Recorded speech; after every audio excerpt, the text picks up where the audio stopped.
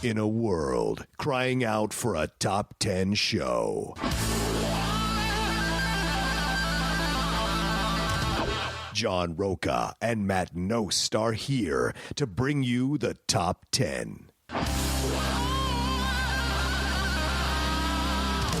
Brought to you by the Schmoes Know.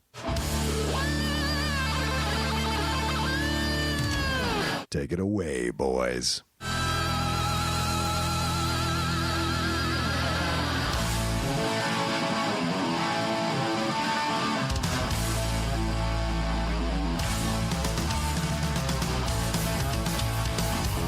Welcome, everybody, to this week's very special episode of the Top 10 Show. First one in 2018, yes? Our first episode of 2018, and we thought, hey, these weeks in early January are utter bullshit for releases. True. They are. Very true. And not to curse right out the gate, but, the only fitting words are swear words to describe usually what gets dumped in the beginning of January. Bull caca. Yeah. Yes. Perfect. Bull caca.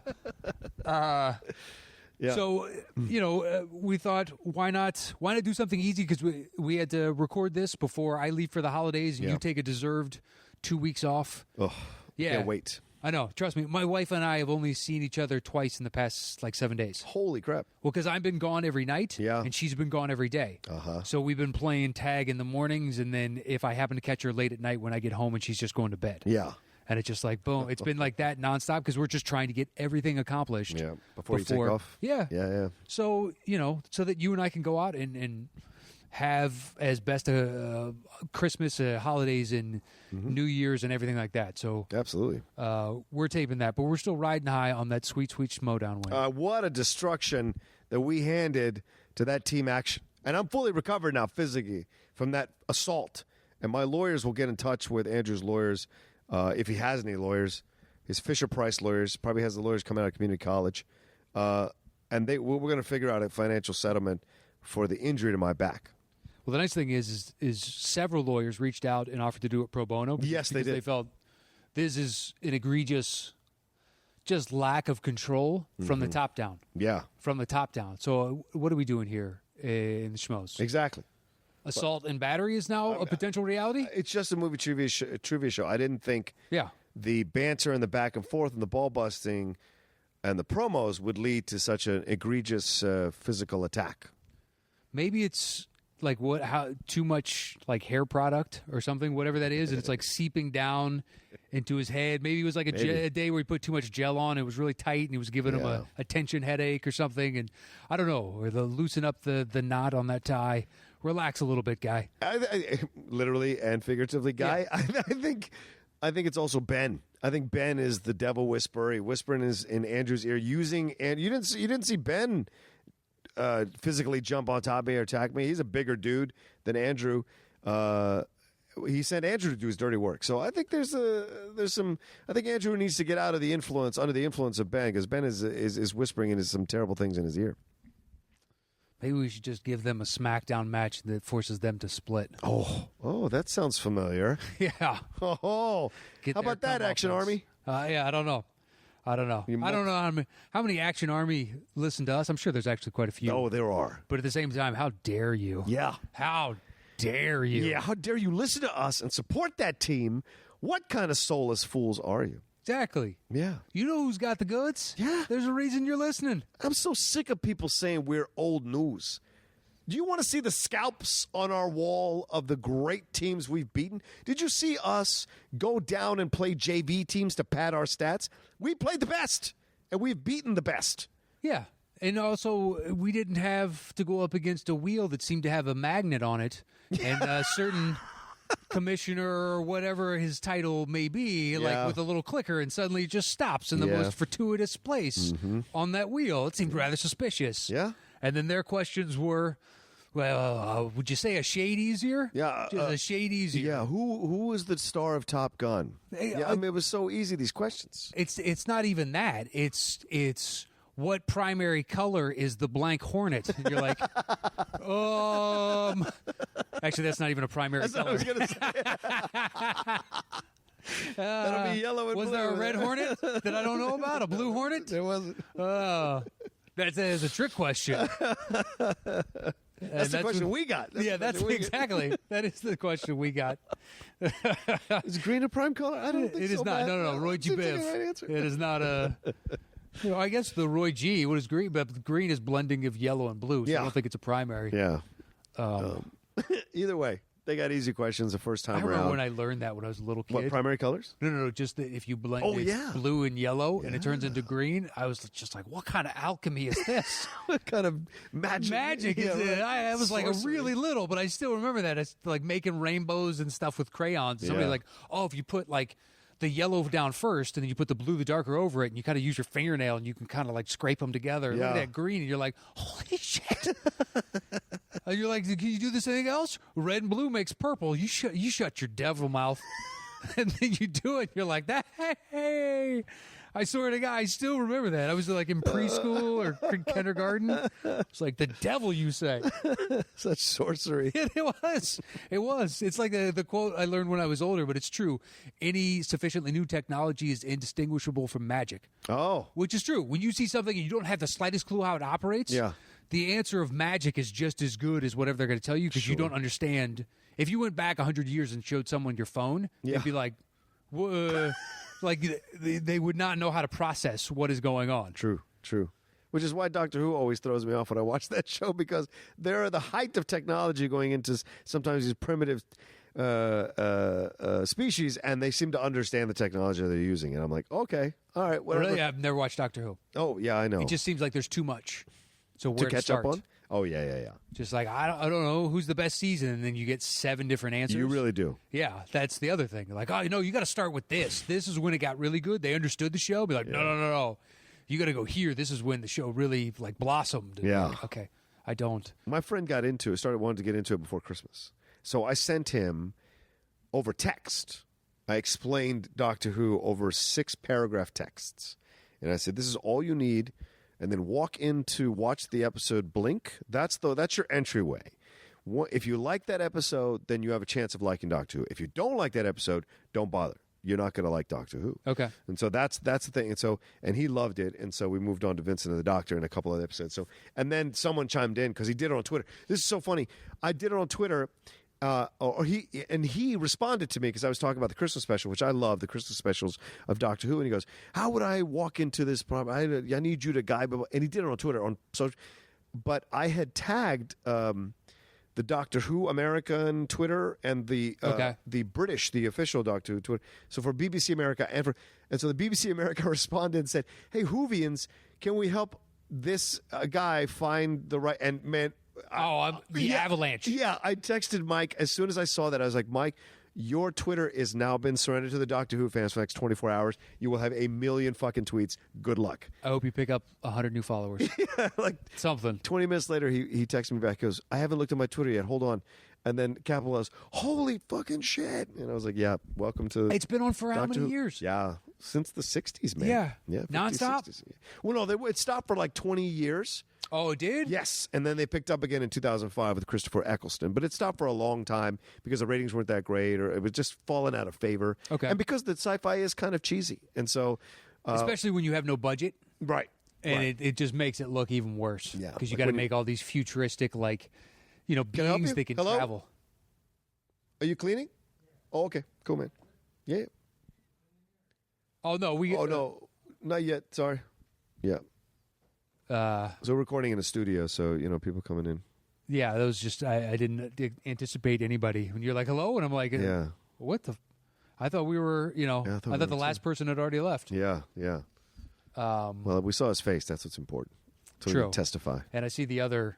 Is that policy changed? Yeah. What other policy? Because of... Yes. Okay. Yes. And that's really cryptic, and now we're having a conversation that they can't have a conversation with, and that's got to suck. They're like, what? What are you talking about? Well, this is a good time to say I'm John Rocha. I am Matt Knost, and this is the top 10. We decided to do a Q&A. Yes. For Patreon. Yeah.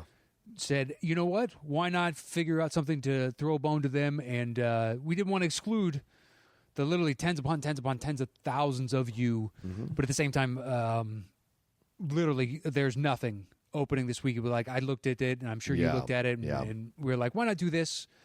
Plus, it'll be a fun episode, something different. We haven't done one for like 2 years and change. Yeah.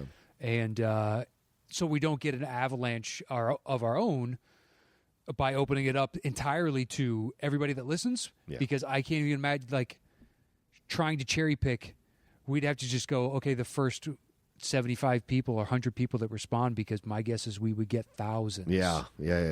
And just like, there's no way we could respond to all those. So why not keep it to a more manageable amount? So this just seemed like the easiest way to do it. Yeah, agreed. So if anybody that donated $5 and up on the Patreon, we said, you know what, send us a question. And like 50, 60, 70 people that did not. Yeah. And we posted on Twitter, talked about it on shows, put it on Facebook, and then messaged them over Patreon that went to the email that they signed up with. Yeah. So we tried. Yeah, we did. We tried. We did our best. We reached out. Yeah. So those of you that said, hey, where's my... Look literally on any interactive interface that uses a computer or cell phone, and we tried to alert you to the fact that we were doing this. There's only so much we can do. Yeah. We don't... by literally individually emailing you through Patreon, through your specific emails, that's the best we can do. Exactly. And we did that plus every other, if you tune in and listen. So we'll do these again in the future, so you'll have your chance to ask, and we'll probably do a better job of announcing it maybe 2 weeks in advance as opposed to just one. Sure. But we did it on that and a Thunderdome, so it was across 2 shows. Yeah. But we did our best. So anyway, we're just going to go back and forth. One guy reads a question, and we both answer it, then the other gentleman does it. Yep. There is no list this week. We did not prepare for any of this because we wanted to come in with just fresh perspectives. Which is what we did last time. Yeah. So, yeah. And be as honest and real as possible. Hopefully we don't end up going, shit, I need some time to think about that. Or maybe we just hold on to that one and come back to it. Yeah, turn it in the back of the mind. Sounds about right. Until we get to it. But, we're going to answer these, and basically the show's going to run as long as it's going to run, and we're going to go enjoy our holidays, and we hope you did too, and hopefully your hangover isn't lasting till today. Yeah. Happy post one day after New Year's. There you go. You made it. January 2nd. You made it to 2018. Congratulations. You made it to 2018. Yeah. Congratulations. Another year. We made another lap around the sun. Hey-oh. It's so weird that we celebrate that every year. Why not? It's a good thing. It is, but it's weird. Once I got old enough to realize that, it was just like, oh, we just did a lap. That's all we did. We're like, hey, we did a lap. Stop trying to deconstruct society, man. That's all my brain does. I just sit and think of the stupid minutia. That's how I spend my life. It's not. All right, who starts? It doesn't matter to me. I got the first one open, so I'll start. Okay. The first one comes from, and we're starting with who sent in first, and Archibald Luke sent Great it in. name. He must have been like the first couple hours or something, because this is from days upon days ago. From Archibald Luke, he says, movies are becoming so predictable and formulaic. Is this because of a lack of ideas? What can Hollywood do so fresh ideas are the focus of movie making?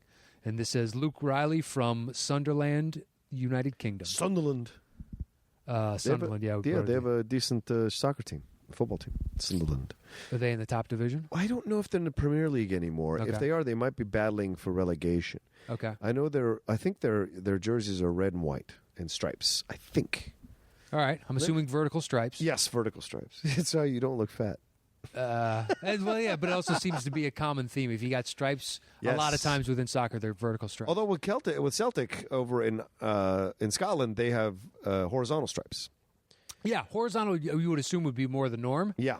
And then, because you don't see stripes a lot in like other sports, hockey, soccer, No.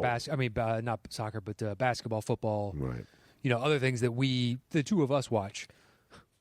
But if you do, well, I'm saying because that's the only thing, point of reference. I sensed your dig. Oh, it's not. Look, man, You're I trying want to say get soccer's not, I played soccer for years. I like soccer. I've been to the top league in Italy. I saw a game in Italy. Oh, I nice. saw Roma versus Torino. Torino, yes.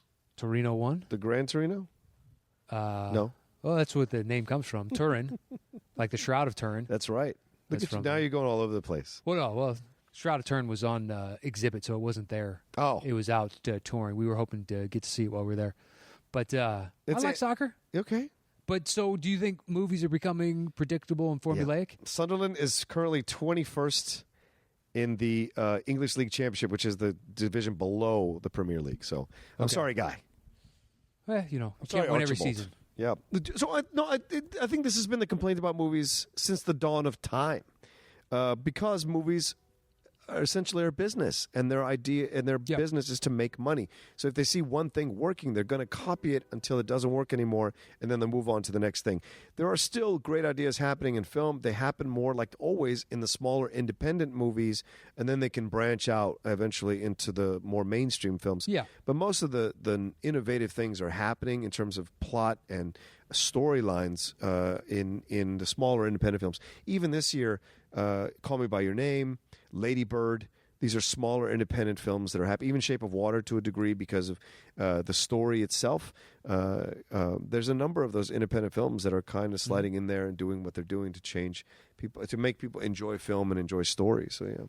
Well, I mean, but also the predictability in the formula is because the business aspect now. Films cost so much money. Oh God, yes. That you need a hit. Like I think it was like a year ago or something that. It was Spielberg and maybe Lucas, but it was Spielberg and somebody else, two big directors, and they were having a talk somewhere, and they were basically saying the blockbusters will be the downfall of the industry. And I believe it's true because ultimately, like, a studio is going to have 2-3 huge. They sunk 60% of their year's budget into these 3 films. Yeah. And all 3 fail, and that could easily take out a studio. Well, I also think it's ironic that those guys were, because those guys are the ones who created blockbusters. Yeah, with Jaws. But I mean, they and did Star it with Wars and new prop. Well, Jaws was based on a book, but like if it was Lucas on the other one, he created his own. Yeah. But they did create the blockbuster as we know it now. But now it's just returning. You get formula, you get pre-existing properties because there's a built-in fan base, and if you're going to spend astronomical sums, $250 million and up, $400 million with marketing, kind of ridiculous amounts of money. You need to know there's going to be at least X number of people that are already fans of this. And I will, maybe you can get mad at me if you want, but I kind of blame the audience, the movie-going audience as well. We're to blame. We're culpable. Because they don't go to these other films that are not necessarily, huge blockbuster type films or tentpole type films. They don't go in mass. Like that's why Gone Girl was such an anomaly. That's an R-rated drama that made over $120 million. That's really rare. And nowadays, whereas in the older days, it was commonplace to see that, And so something like Kramer vs. Kramer came out, and multiple other movies came out with that kind of vibe to them and made money, were successful. It's rare nowadays to see these kind of like more R-rated fare or PG-13 fare that isn't a blockbuster or a superhero film that the audiences gravitate to en masse. And so that's important too. Well, it's because those movies are going up against the comic book movie, the whatever else that have... Whatever the budget of your movie is, this thing has more in marketing. Right. So you have to fight through the constant barrage of and clutter of all the advertisements that they're sending out for this other thing. Yeah, and you used to be able to do that, but not anymore. It seems like the advertising is so overwhelming that you're right, Matt. It like almost forces you into the theater. Yeah, and some of it because when the new Star Wars comes out, it is everywhere. Yeah, it is. TV spots. Yeah. Billboards, ads, whatever. Yeah, but then it's like on tie-ins. Every box of Cheez-Its. Yeah. And then there's like you'll go through Target and there's an entire section of clothes. Yeah. There's just like here's socks, boxers, scarves, beanies. Like they've thought of everything and they know that a certain percentage will sell and enough to make it all profitable. Yep. And it's just crazy the amount of stuff. Like the collectability now is basically just intrinsically to the individual itself because there's so much that it's not like we all covet one thing anymore. Now it's just coveting whatever piques your interest, whatever specific thing, just because like, what do you want? Yeah. You want a Boba Fett bottle opener? It exists. And I just made that up off the top of my head, but that exists. Go to Etsy right now and get it. Yeah. I know for sure. Exactly. You want Darth Maul horn-rimmed glasses that have the same in the paint job? I'm sure you could find that. I'm sure you can. All right, let's move on to the next question from Nathan Williams. He says, love the show. Been here pretty much since day one. That's really sweet of you. Thanks, Nathan. I know that there's now definitive or necessarily right. I know that there is now a definitive or necessarily right answer to this question, except for whatever Matt's answer is apparently. But just for but just for shits and gigs, who do you two think is the best director of all time? And who do you think the best up-and-coming director is today? I'm at a loss for the answer to the first question, but it's between Scorsese, Hitchcock, Billy Wilder, Tarantino, Lumet, and Kurosawa. Sidney Lumet. For me personally, Oh, yeah, those. That's what it. I'm sorry. I want to read that again. I'm at a loss for the answer of this first question, but it's between Scorsese, Hitchcock, Billy Wilder, Tarantino, Lumet, and Kurosawa for me personally. But I know you'll provide an interesting perspective either way. As far as upcoming directors, I think Denis Villeneuve is the clear favorite. But once again, there is no right answer. Really interested in what you guys have to say. Keep up the good work, guys. All right. I mean, best of director. How do you do that? Do you have one? Yes, of course. Who's your? Oh, yeah. Okay. I didn't mean it that way. Yeah. I didn't mean it in a cocky way. No. That was more of like I don't even know why I had to. Why did I ask the question? That's a rhetorical. I know the answer. Yeah, Akira Kurosawa is my favorite director. It used to be Orson Welles, but Kurosawa has eclipsed him for many reasons. And as I get older, I find more kinship with Kurosawa's films than I do with Welles' films anymore. And I love Citizen Kane. Still, my number one film is Citizen Kane. Yeah. But Seven Samurai is right behind it. And so, to me, I find because he was able to do his work and finish the work and do the cuts and release the movies without controversy and all this kind of shit around Welles, I find more kinship with Kurosawa now. So I appreciate his style and what he's trying to say about the human condition.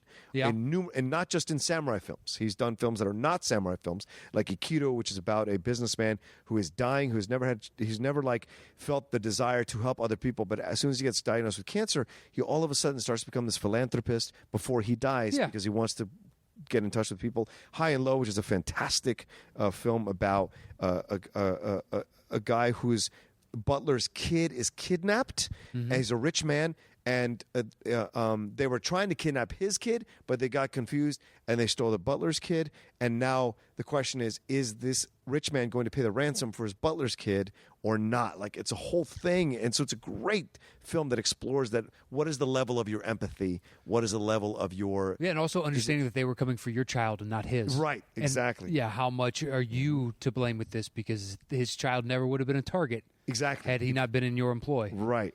So all of that. I will agree with this with Nathan, with Denis Villeneuve. Absolutely. We've talked about the Sicario is our top 10 favorite film. Him, Paul Thomas Anderson. Yeah. PTA. I would say Matthew Vaughn is great. And why am I not? It's because late. I'm not thinking. Matt Reeves, because he's doing Batman. He did the Planet of the Apes movies, the last two Planet of the Apes movies. Okay. I want to see what he does with the trilogy.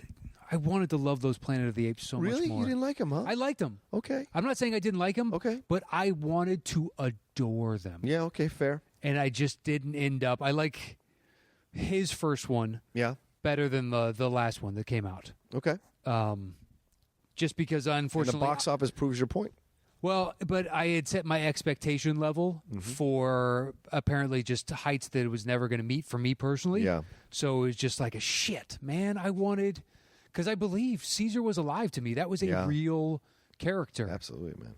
And the performances across the board from the first one, it sets up just such a simple and perfect story. Yeah. And you end up siding. You understand both sides, which is near impossible to do about a talking ape. Yeah. But you understand like the amount of strife and turmoil that he's gone through, and his isn't even the worst end of the deal compared to those around him. Yeah, yeah. But yeah, no, it's he hasn't. I'll still look forward to it, but I think Denis of the who I'm most excited to see what they're going to do next. It's him. Yeah. All time. I mean, Kubrick, Scorsese. PTA might be in that discussion for me. Wow. I love his man. When I love his movies, I absolutely love. Are you going to see Phantom Thread? Hell yeah. Okay. I'll be curious to hear what you think about it. I absolutely. I don't know when I'll get to it, but I am Right. going to see that just because I'll be gone and I'm going to be, in a town that doesn't have. I'm sure Star Wars will still be dominating the entire. Yeah, Star Wars. Yeah. Apparently, Star Wars has a contract to where if you take Last Jedi, then you have to keep it up and running for an extended period of time that certain theaters were bucking against, which I understand. Because they were going to have to pay Disney more if they didn't run it in their top theaters for this amount of time. It's crazy. It's almost like they have the leverage. Blackmail. It is blackmail. It's 100%. Yeah, but now you've seen the backlash to the film from a lot of people, and it might be. But I don't know what the box office is going to be because we're obviously recording this before the new year. But we'll see how it survives the holidays and where it is and if it has legs. I don't think it'll have backlash. I don't think it'll have as strong legs as Force Awakens. Yeah, but it's come on.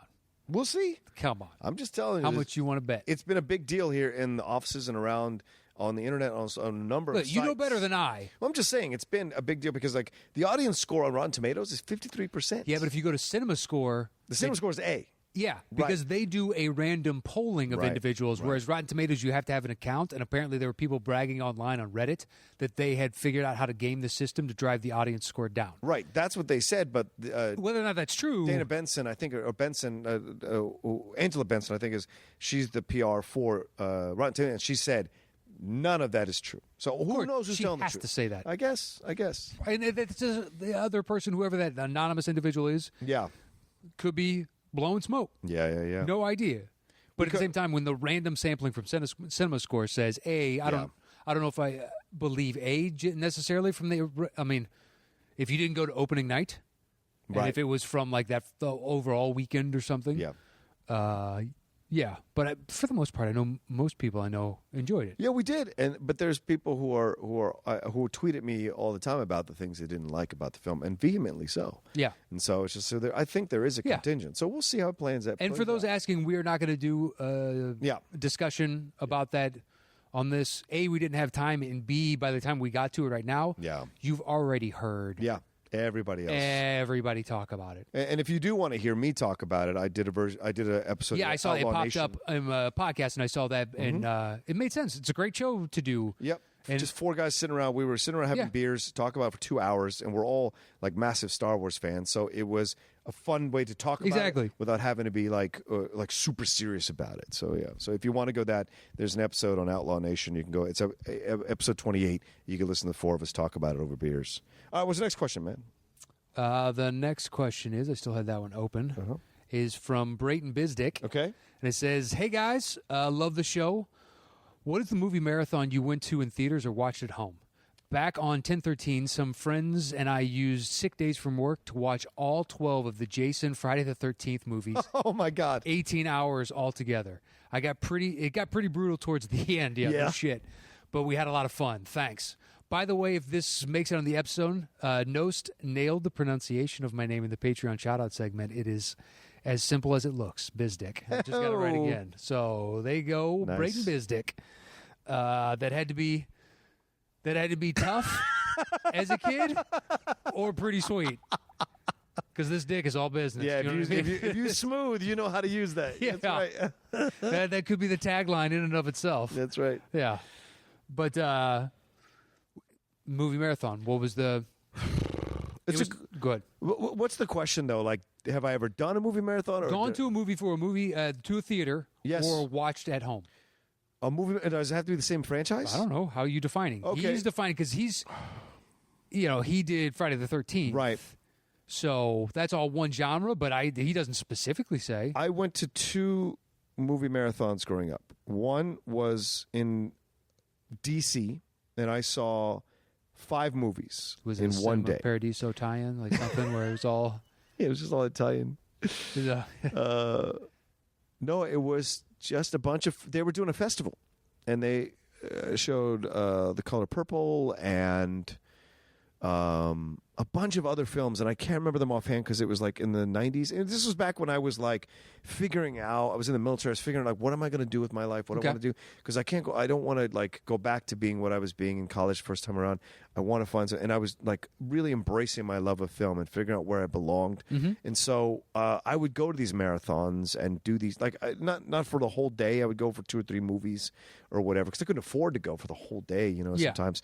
So I would go, and that was how it began my love of like understanding film and really am I some kind of an anomaly because I can sit in a movie theater and see films back to back. And so a lot of my friends at that time were like, you're fucking crazy. I'm not going to do that. Because I would invite them and they would be like, that's a stupid thing. That's ridiculous. So I would go by myself. Most of the time I was by myself and actually had a great time seeing these movies by myself.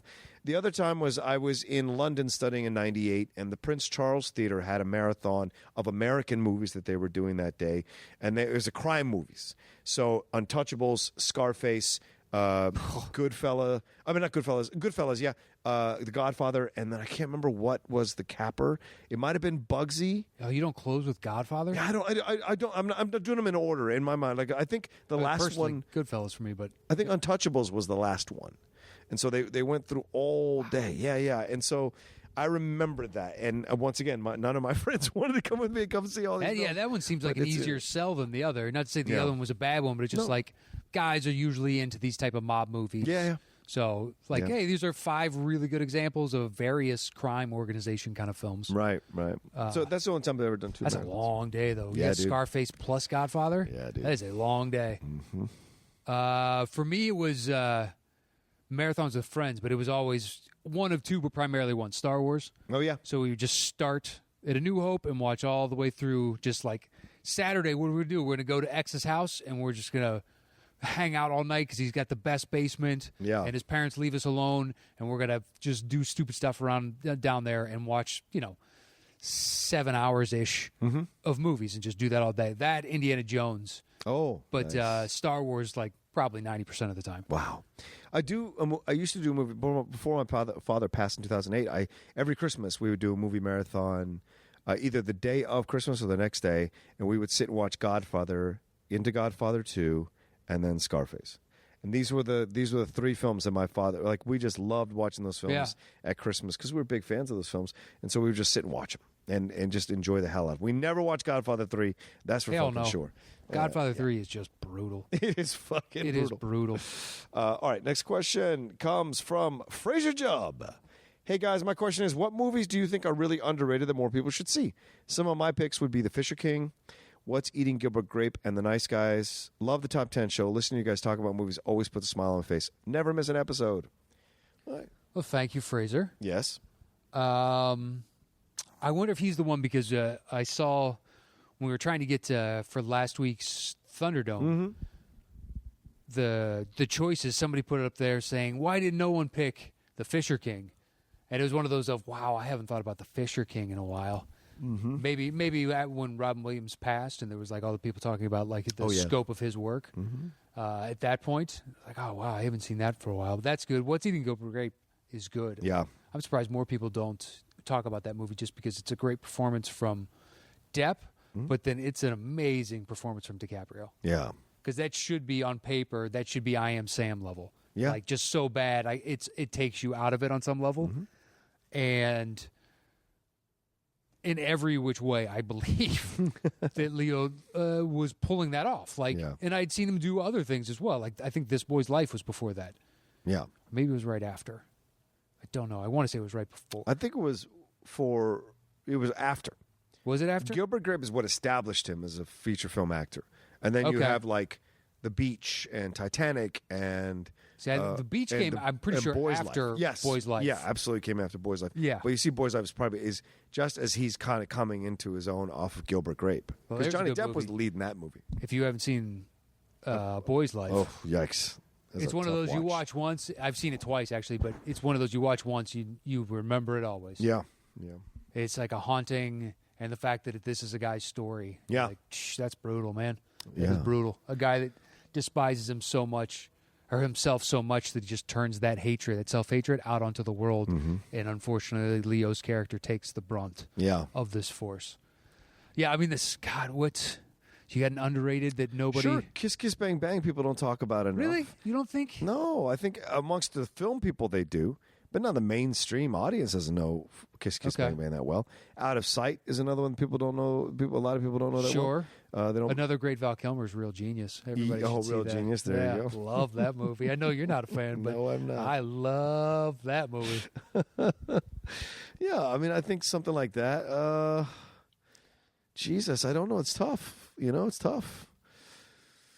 Well, it comes down to what do you consider underrated and what is not? Yeah, And right. that's just a kind of a personal definition because maybe to you, like, oh, you and everybody saw that movie. What do you mean nobody's seen that movie? Yeah, it's a great movie that I've discovered recently through Criterion is Thief, Michael Mann's Thief from 1981. Oh, with Caan? Yes, James Caan and Tuesday Weld and Robert Prosky. That film is a fucking 80s film in the best way. I can't remember what list we were doing. Oh, yeah? I thought about Thief as a potential. It would have been skirted in at like number 10 or number 9 or something. God, it was like 6 weeks ago, maybe 2 months ago. Can't remember what it was for the life of me. Yeah, that's a good movie. Right? Something, I guess, maybe it might be another man, but the first Hannibal Lecter that the Red Dragon is a remake of. Technically not a remake, they just did the book again. Yes. What was that called? With William Peterson. Oh, Manhunter. Manhunter. That is absolutely Michael Mann. That's a good Michael Mann. Yeah. Yeah. I like that better than Red Dragon. Oh, yeah, not even close to me. Yeah. I mean, the pacing, I think, overall is probably a little bit better for a modern audience than Red Dragon, just because the action moves a little quicker. But at the same time, I think the depth of the characters and the menace and everything else is more haunting. Yeah. Although the Fiennes saying, "Do you see?" That is pretty spooky. Do you see now? And then putting the mirrors in people's eyes. It's so weird. Oh, yeah. Well, and also Phyllis Seymour Hoffman on fire rolling down the on the wheelchair thing. Yeah. I don't know. Is there any main stars that have underrated movies? Like does Tom Cruise have an underrated movie? What do you think of 7 Years of Tibet or Legends of the Fall? I didn't like 7 Years of Tibet. I didn't. Legends of the Fall. I haven't seen it since it came out. Yeah, Legends of the Fall is all right. I don't think it's one of those ones that needs to be. Oh, just when you said actor, and be like, okay, what actor? He was one of the first couple that popped up, and I'm like, okay, there's two randoms. I don't mind 7 Years of Tibet. I don't mind it. Okay. Legends of the Fall, I can't give you an accurate opinion of. I remember walking out of it going, okay. Yeah. I think that's the appropriate reaction. Yeah. Because it was just like, I was, and still am, on board with pretty much anything Pitt does. Yeah. Even if the movie as a whole isn't the best, I still enjoy his performance in it. I would say the original Taking the Pelham 1, 2, 3. A lot of people don't talk about that one. That's way better than the remake. Yeah. A lot of people don't talk about that film as as a great action film. That's a great action film. I really enjoy. Yeah, it's fun. Yeah. I think that's. Well, maybe we'll revisit it as it comes up. So, what's the next question? The next question comes from big supporter Matthew Jasso. What is the list you really want to do but haven't found a way to link it to a film release? See, now, I know for me, I know I don't have a specific list that we haven't gotten to yet because we're always constantly thinking of topics. Yeah. So I don't need to think about potential topics because they'll eventually come up. Yeah. That's where my brain is kind of gone. There have been times on the show and be like, damn it, I want to talk about this film, but we haven't found the excuse. Right. That has come up, but a specific topic, I can't think of one because I think, eventually we're going to do. There's not going to be one. No stone is going to be left unturned by the end of this. Eventually. Yeah. And we haven't revisited, Pixar and technically we'd never done Christmas as standalone, so we did that. We're not gonna revisit all that often, so we're gonna keep finding new and different stuff. I mean, I know some people want us to go hey, your favorite fighting scenes or something like that, and that's very specific and stuff like that. That's a list that's too acute for me to have thought about as of right now, because right now it's just psychological thrillers, this type of thing. Eventually, we'll probably get to action sequence or something. I don't know. Do we ever do top 10 gangster films? We've done Mob. Okay. So maybe that counts. I think we've done Mob. I think top 10 best pictures. We haven't done that, and that might be fun to do for the Oscars. And that's something I've talked about. I've had in my head this idea of the top 10 best picture winners. Okay. Yeah, this idea of that, because that's a really tough list to come up with, and then to haggle out. We could literally have 10 different answers. Didn't we do something akin to that with Mance back in the day? No, we did something with Rudnick, top 10. We did back-to-back weeks of Oscars. One with Mance was week 2, and we told him what the Rudnick was, and he's like, "Oh, that's the better show." And we were like, "Yeah, kind of." Films that should have been nominated, should have won, or should have won, something like that. Should have won Best Picture. And not to say we won't revisit that one because that's a fun list, especially when you bring in somebody new and your tastes change over time. So, top 10 movie musicals is something I've talked about in my mind because I love musicals so much. That would be fun to talk about that one. Somebody posted on Facebook the other day, and I know I could do it. Yeah, top 10 Disney songs. Yeah, that would be. Oh, Jesus Christ! I would love to do that. Because I think you'd have to narrow it down to songs from the 60s, 70s, songs from the 80s, 90s, Oh. songs from the thousands, and then teens or whatever. Well, it says top 10 Disney. It doesn't delineate. True, but I'm saying I could do 10, I think, from every one of those Oh, double wow. up. That's how you want to split the atom. I could. Yeah. Because I love You could. You I should. love a bunch of the early. I think well, no, 80s, 90s, because there's enough in the 90s where there's a lot Surely. of good songs and ones. Yeah. And then, yeah, I think that's one where it's just like the right week. I like that topic That's a lot. fair. Like Pinocchio has what? Like Oh, dude, you can't. When You Wish Upon a Star. Yeah. No Strings on Me. That's a good song. Okay. I haven't seen Pinocchio in a while. I need to watch that again. And then Bibbidi Bobbidi Boop from Cinderella. Oh, dude, Bare Necessities. Bare Necessities, Jungle Book. Absolutely. There's a couple good tunes from Robin Hood. There's Okay. a couple I can do that all day long. Yeah. Like, oh, there's a great song in that, and then you could split it off. What about Pixar films? Oh, Pixar films would be that. 'Cause- That would be nice. Top 10 Pixar songs. Yeah. That would be a really fun, difficult list. To I do. can't remember who put that up. Yeah. But I commented. I was like, I could definitely do this. This is Yeah. a good topic. I like this. Yeah, agreed. And if we ever do that, you're going to have to remind me, whoever you are that said that, because there's no way I'll be able to hunt through All these emails. the thousands. Not even emails. That was a post on Facebook. Right. There's no way I'll be able to find that on Facebook in whenever time we get to that. Okay. You are up. Jose de la Torre. Hello, guys. My question is, if you could spend a day with someone dead or alive, who would it be? I would pick Jesus Christ to get firsthand knowledge on all this controversy of religions. Ooh. Interesting choice, Jose. Jesus Christ. But Jesus would not tell you to only believe in him. So this is an interesting decision you've made. Yeah, no, he would say believe in his Father and, basically love and things like that. Right. I mean, mine's going to be dead Okay. to choose from someone, because hypothetically alive, you could still do Lincoln, Caesar, Genghis Khan. It says someone. Look, Pick one person, Matt. I'm gonna pick whoever the fuck I want to pick. The first one that came to mind. I'm telling you, you can pick whoever the fuck you want to pick. I'm telling you, you got to pick one because he said someone. the first one that came to mind was Caesar. Okay. He was the first one that sparked to mind. Why? Because I've always been fascinated by the fact that the level of modernity that Romans managed to achieve is really impressive. And then to see someone that then subverted the system onto itself Yeah. and managed to take a non-existent power, even though it existed in surrounding kingdoms, but this one was a republic. Yeah. It was, a democracy that they stole from the Greeks, which they stole all kinds of stuff from the Greeks. Right.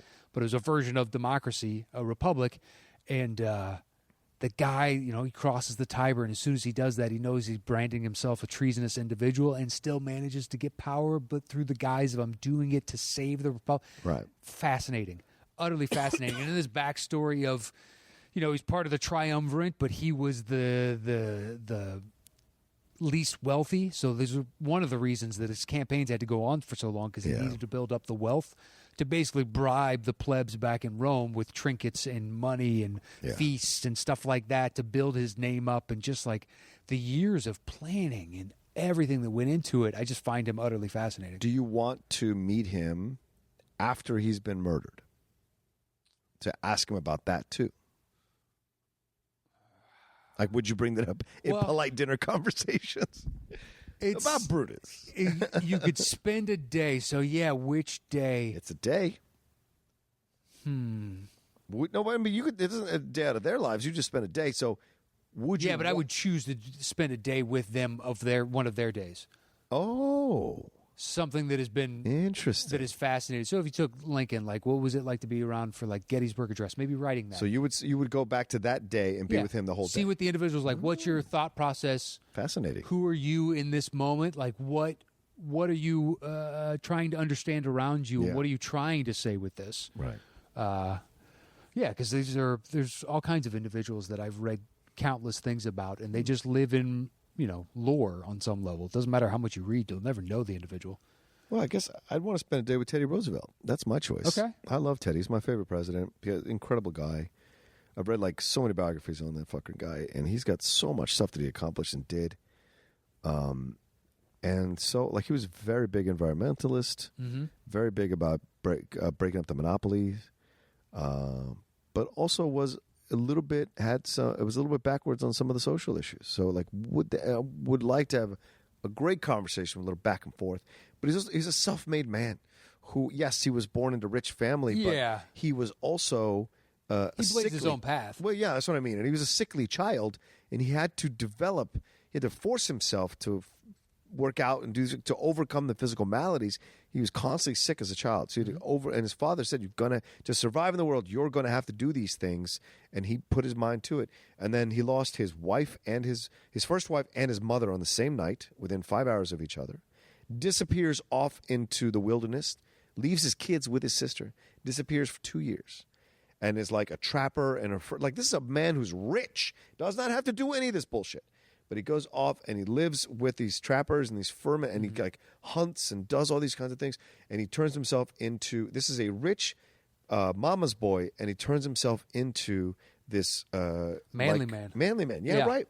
And he comes back and he colors everything else he does afterwards. The Rough Riders. I love that he gets shot during his speech and finishes the speech. Yes, that's a great. And the best part is, it's recent enough to where there's documentation, so that's a true story. Yep. That's not just like Abe Lincoln boxed a bear, and you're like, what? Did he though? And by the way, it was when Caesar crossed the Rubicon. I said the Tiber. Oh yeah, I just know that as soon as it's like 30 seconds later, it's like, how's the Rubicon? You fucking idiot. All right, what we got next? All right, so it's from Andrew Marker, who Hello. is just a part of Thunderdome. Nice. It says, my girlfriend and I are big fans of yours, and we always enjoy listening to your show and the Outlaw podcast. Oh, thank you. We have a few questions. Well, we'll see if we'll answer What, a few. a few? Holy fuck. If you could take on anyone, I'll read the whole thing, and then I guess we could just pick and choose the questions if you want to do it like Or we that. can answer quickly. Either one, Okay. yeah. If you could take on anyone in the Team Schmodown, who would you want to take on? Does not have to be a current existing team. The motherfucking Patriots. Boom. That's a good answer. I like that answer. Are you still looking... Whoops, there's a missing... Are you still looking to add 2 more to create the 4 Horsemen? I don't know. So yeah, we're still figuring that out. It's a fluid idea. What Matt said, absolutely. Yeah, it hasn't taken shape yet. It may happen. It may not happen. We have had no conversation about it. I know I've been getting tweets and stuff saying you should add so and so. Like, okay, well that's true. Hypothetically, we could add anybody we wanted to. That's right.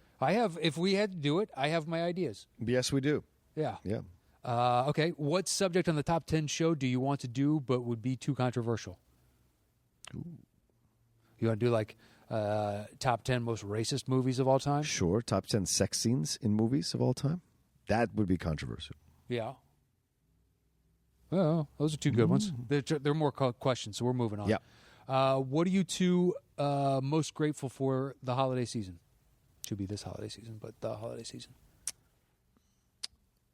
Well, I don't want to get too deep into shit, but I will say for me, I'm grateful that it's a year later from the terrible place I was in last year and the shit I went through last year and into this year. So for me, I'm very grateful that I'm in a way better place mental health-wise and emotionally and in my life job-wise and in my life personally-wise with my friends and everything else. You know, I'm still working through a lot of the stuff I went through that came crashing for me of 30 years of relationships, failed relationships, romantic relationships. I'm still working and processing all of that.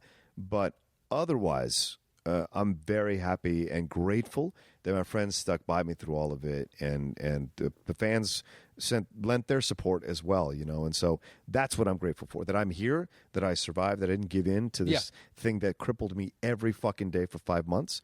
So to me, I'm very happy about that. It almost seems like a distant memory. And that's amazing considering it was less than 7 or 8 months ago when it finally stopped. Yeah. And to those young people out there, like, yes, that's a testament to, because we've all, for the most part, I'd assume, gone through those moments of like, oh, this is insurmountable.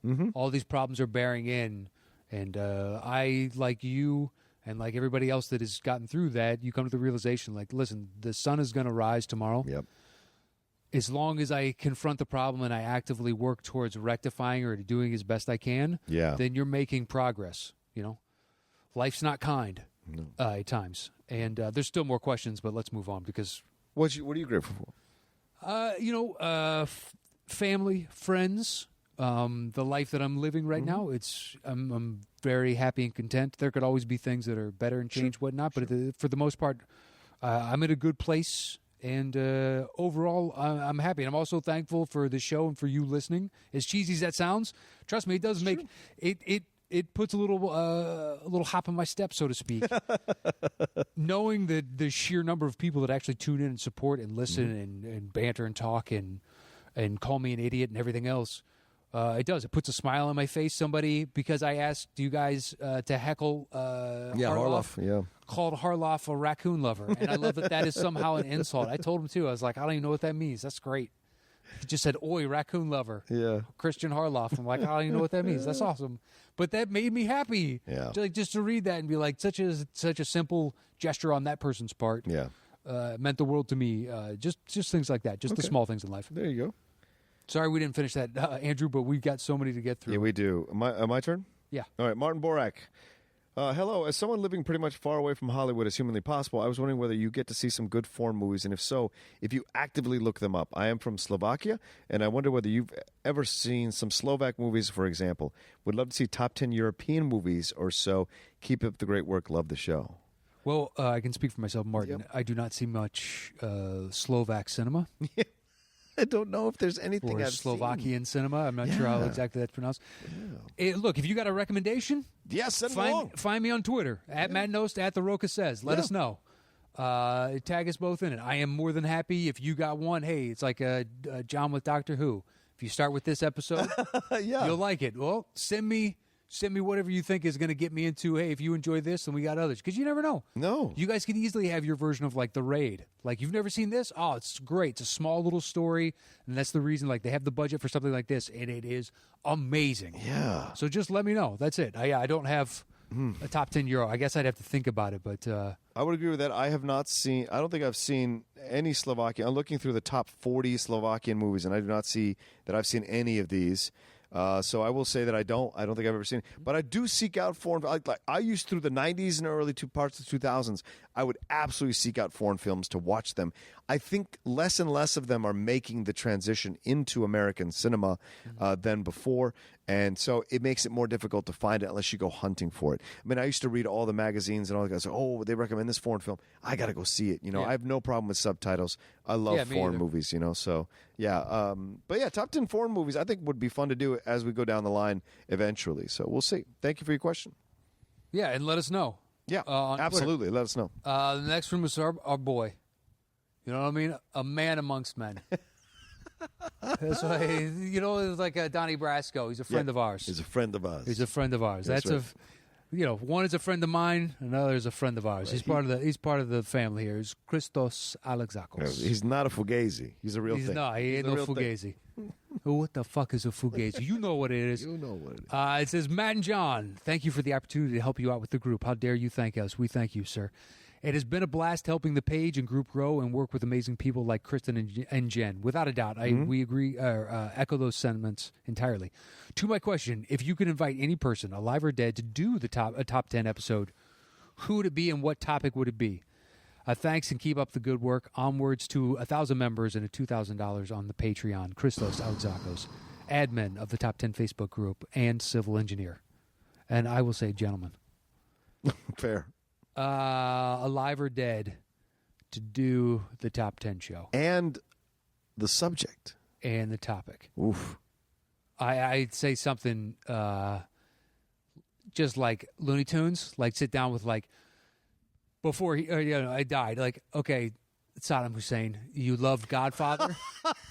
What were your others? Because someone that's so divorced from our culture, but yet still somehow our culture leaks in, like Kim Jong-il, who loved American cinema and basketball. Sure. Because my first thought was Dennis Rodman. Just sit down and be like, what's your top 10 of all time? Even though I won't answer that when fans ask me because it's just too, but he seems so esoteric an individual that he would. But then it just led me down Kim Jong-un, and I was like, actually, then Saddam had a weird, we found videotapes. Yeah. Or Bin Laden. Just the Bin guys Laden that porn, supposedly hate us and yet still admire aspects of the culture. What else is new? Yeah, but, just like people on a certain political spectrum hate other people on other political, but they'll go see their movies. Yeah. What the fuck is the difference? Yeah, you can divorce yourself of the ideology and just enjoy the entertainment, I guess. Yeah. But something along those lines. Whatever the topic is, I don't know. With like Saddam, like your favorite rom-coms. Like something just weird. Just to see him open up and be like, number one, When Harry Met Sally. No, you don't want to humanize the son of a bitch. You have to. But then you'll humanize him and you'll be more difficult for you to hate him. Look, I didn't say that we were releasing this to the public. Okay, It says to do a top 10 episode, but it's not safe for the fans to hear. That's so fair, this could just be between the two of us. Just kibitzing. This is a tough question. I think my initial response is Orson Welles. I would love to sit down with Orson Welles and his top 10 favorite films ever. Just to sit down with that man and listen to him dissect film would be everything to me. So to listen to him talk about it, I think would be an invaluable experience for me. You couldn't put a dollar quantity on a dollar amount on that. Is that the answer? Is that it? That is it. Okay. Matthew Thompson. Hey, guys, love the show. I'm only supporting 2 guys on Patreon, and this week they combined on your show for the best of all worlds.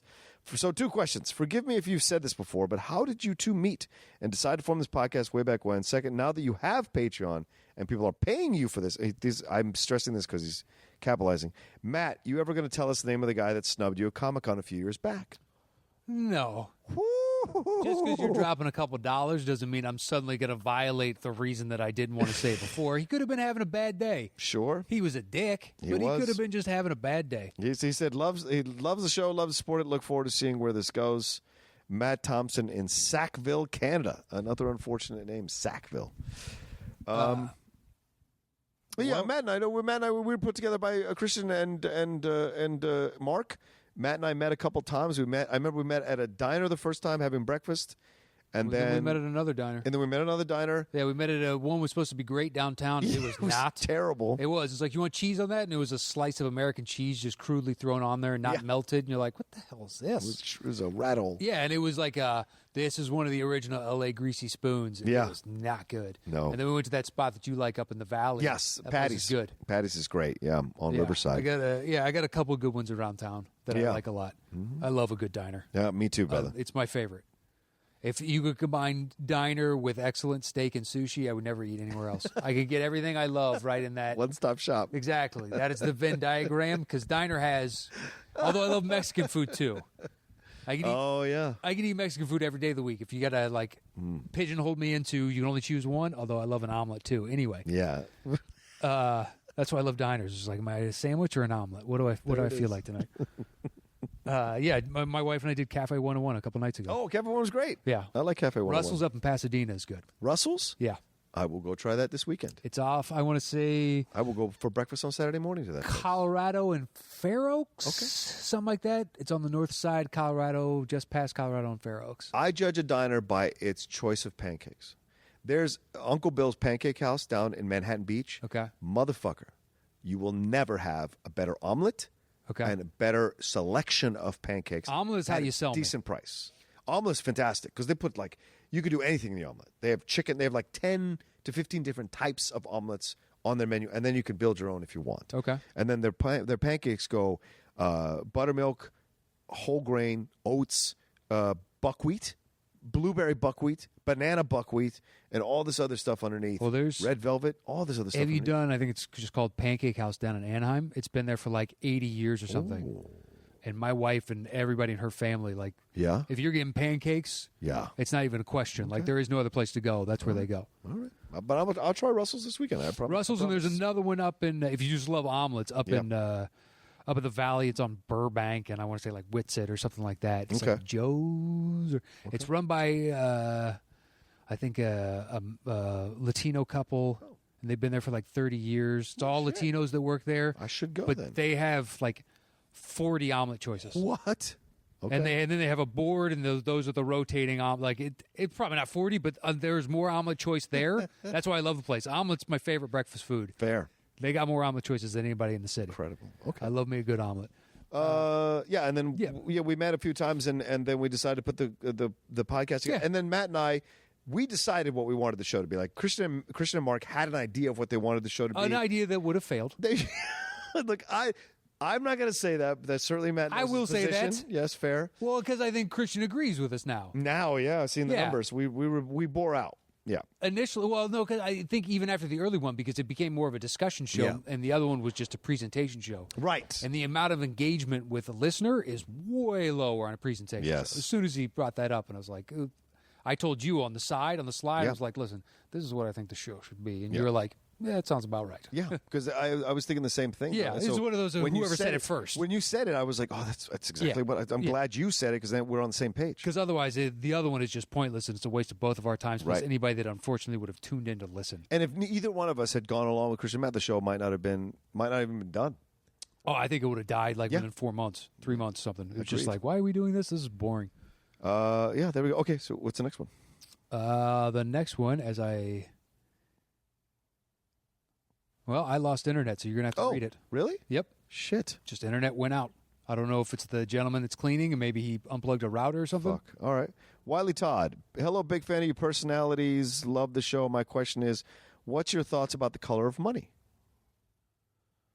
Green's a good color. I like it. It's a primary color. Yeah, I like it. It's a good movie. It was like to see, Newman coming back. Yeah. Bringing some heat. And I enjoyed it. Plus, it was early Tom Cruise, basically establishing himself as on par with the old lions that came before him, and just like, I'm part of the next generation coming up. And, rightfully so. He's been there ever since. Yeah. It's a movie I don't go back to and watch a lot as far as a Scorsese film.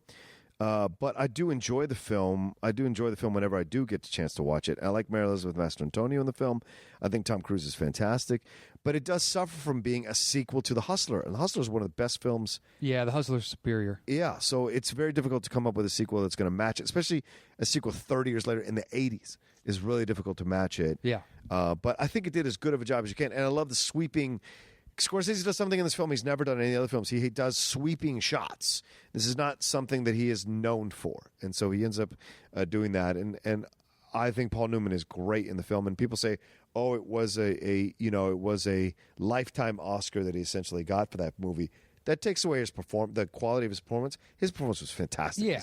as Fast Eddie. Yeah, that's fine. Denzel got one for Training Day. I don't think that was for Training Day. I was think that was for. We should have given you that to Malcolm X. We should have given you that for any number of other movies. And Training Day was great, but it's just like he should have had this on his mantle long ago. And I think everybody was like, you know what, this year I'm just voting for him. I don't even care what he's in as long as he gets nominated. Well, Pacino, Scent of a Woman, same thing.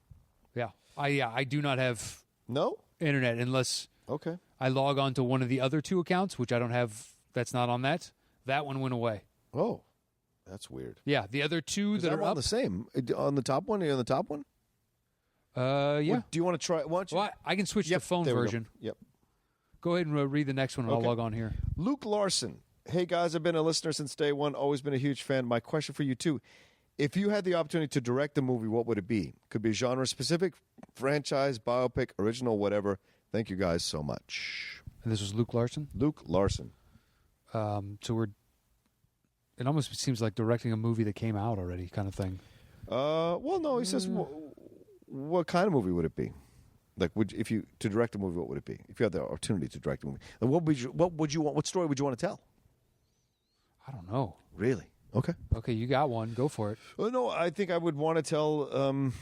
Well, it's already happening. DiCaprio and Scorsese are working on a Teddy Roosevelt biopic, so that's going to happen. Oh, right. Okay.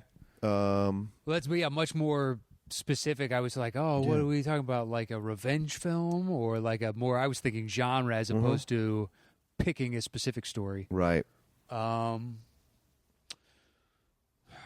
Not off the top of my head, no. I think this one's just too. This is one of those of I wish I had more time. Too opaque. Sure. There's not a battle you would want to tell from your historical knowledge and things that you're into? The problem is I don't know. Like, I think that any of those, for the most part, would be better on TV. Gotcha. Because no battle can really succinctly be wrapped up in 2 to 3 hours. Yeah. Because there's just too many moving parts, and you could tell too many different stories. Now, that being said, there's still amazing movies made about specific battles, and I don't know off the top of my head. They've done a bunch of. Let's see. I wouldn't mind seeing potentially the first submarine, which was in the Civil War, something along with those lines, which they just crudely would have like a harpoon with a powder keg kind of attached to it, and try and. Most guys, when you were getting into it, you knew that it was a death trap. Yeah. Like, I'm not coming back from this. But you're just kind of going to ram into a ship from underneath the water and then hopefully blow them up from underneath. That could be an interesting story, kind of like Fury. Was it Ironsides? What was the name of that sub, dude? Oh, that sounds about Ironsides was the first. It had cast. I think it was cast iron, but iron. But I think wooden was potentially mad. That doesn't make sense. Could be too buoyant unless you added water and the ballast on the side. I'd have to look it up. But yeah, maybe something like that. I don't know. I don't know. Okay. What's the next thing? The next thing is from Matthew Hall. Do you guys ever hang out outside of the recording of the show? Thanks for the great content. You guys are the best. Not really. Not really, no. No. I mean, every once in a while every once in a while, but it's not really a thing we do because we spend so much time doing the show. Yeah, and we have so many other things. And I think I once said, hey, if you don't have anybody that you're going to that movie with, let me know. But you already had a group going. Yep. But outside of that, it's kind of tough. I've invited you to basketball, but you want to get in better shape. Yes, and also my feet. Yeah. So, but I definitely will do that.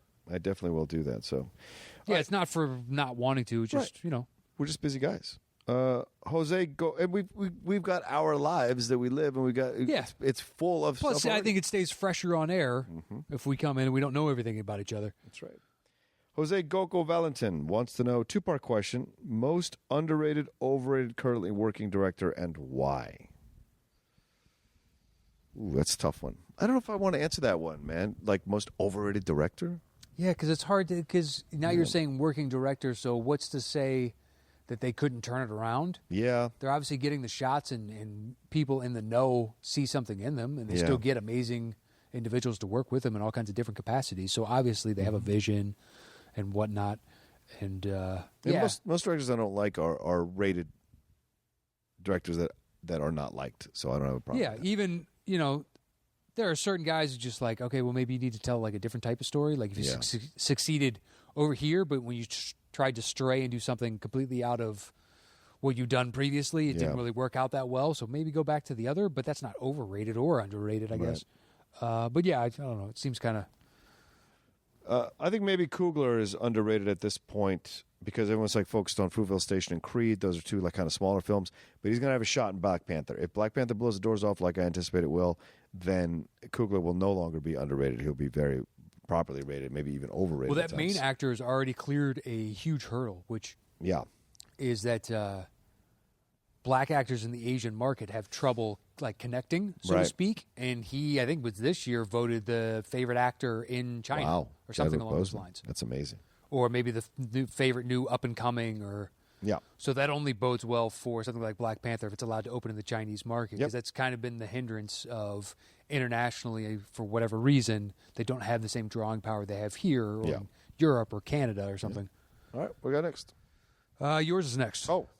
I thought I read that one. The underrated. Oh, okay. All right. Next is from Dan Nye. Hey, guys. Big fan since the introduction of you way back on the Schmoes Know show back in the day. I downloaded you guys in your first phase, and I never looked back. Thank you, sir. Thank you, Dan. Anyway, we're recording our podcast tonight, Ramble On About Movies. If you guys want to plug us, cool. If not, no biggie. That was you bastard. That was Ramble On About Movies with Dan Nye, who is handsome. My partner Eric and I got into a lengthy discussion about expectations when it comes to films, specifically how they shape your viewing experience of the movie. We talk about it frequently in regards to new releases. I often address my expectations in our reviews. My partner does not. But I think it applies to any first viewing, really. A classic you've never seen before or a brand new Hollywood tentpole film. How much do you guys weigh expectations into your film viewings? Thanks. You're the best. Dan Nye at OhiDan on Twitter. The guy has been with us forever, so if he wants to plug, I'm happy to plug him. Fine. I am happy to plug him. I've seen his Twitter feed. It's fine. Use us to plug, but fair enough. What I haven't answered. What's your feeling? It depends. It's movie to movie. Sometimes I go in with literally no expectations, and other times, like I said, with the last two Apes, I came in with the highest of expectations. So I guess it just varies. Yeah, that's fair. From film to film. And you're a guy who doesn't like to watch trailers, so you want to limit your expectations just before you walk through I just want to come in fresh. Yeah, I may still have expectations or ideas of where I want or hope the story goes, rather. Yeah. But I just don't want to see anything go, okay, well, that's obviously going to be the first 10 minutes, and Right. that potentially could be something pivotal, and yeah, that's it. What about you? Well, there's something I run into, and recently because of the Star Wars Last Jedi, a lot of people walked in with their ideas of what they thought the movie was going to be, what they wanted the movie to be, and when they came out, a lot of them, or some of them, were upset that it didn't quite fit what they wanted it to be, or it messed with the mythology too much, or they don't like the way they presented Luke. But in my opinion, after I saw it the first time, I was not 100% happy with it. I was a little worried about it. I love the last hour and a half, but the first hour really bothered me, and I went home and unpacked it, thought about it for the next couple of days before I went and saw it again. And when I saw it again, I loved it. And then I had a conversation with myself that this was about my expectations when I walked through the door. I had expectations of what I wanted the movie to be, and instead of opening my mind up and letting it be, I was upset more for what it wasn't than what it was. And so that was the mistake that I made in watching it the first time. I was mad that it wasn't what I wanted it to be. And then watching the second time, I saw the audience's reaction to what Ryan was doing, and I said, this is the problem. Yeah. I wanted it to be a certain way, but he did a different film, and now I was upset at him. But then I got over it after the second time and said, nope, this is on me, not on them. And I think more movie-going audiences need to do this, need to take a step back and go, is this me or is it them? Is this me or is it them? And it has to be that. We can't just sit around waiting to be catered to. We're not fucking Caesar sitting on our fucking cushion waiting for the grapes to go in there. It's more to it. All right. So, Exatube. I hope I'm saying that right. Hello, Matt and John. Glad to be a new Patreon supporter of the podcast, which I've listened to since the beginning. For each of you, what is the first recollection of seeing a movie? Not necessarily in theaters, but anywhere. Let me give you mine for perspective. The year would have been around 1982. I would have been 2, possibly 3 years old. My parents had purchased an RCA video disc player, not a laser disc, a video disc player, where you had to flip the movie over. Yep, where you had to flip the movie over after 60 minutes. Think of it as the 8-track of movie players. Anyway, the first movie they bought with the player, which I visibly remember from the opening music and shot of yellow letters on black landscape falling away from the screen, was Star Wars. My parents tell me that there were several times they had taken me to the cinema as a child before this, but this is the first memory I actually have, followed about a year later by watching Return of the Jedi at a drive-in in Peoria, Illinois. Oh, wow, okay. Yeah, near where I grew up in Washington, which is why I get giddy when Knost talks about his high school days. There you go. Thank you for a wonderful podcast and a truly pleasurable experience in listening to you guys for the past few years. Eric Grebner, Decatur, Illinois. Well, welcome, fellow mid-state Illinois.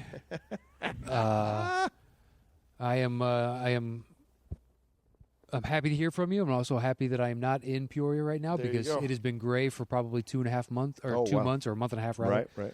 And will be gray for another 3 months thereafter. And I do not miss the constant gray because that is depressing after a while.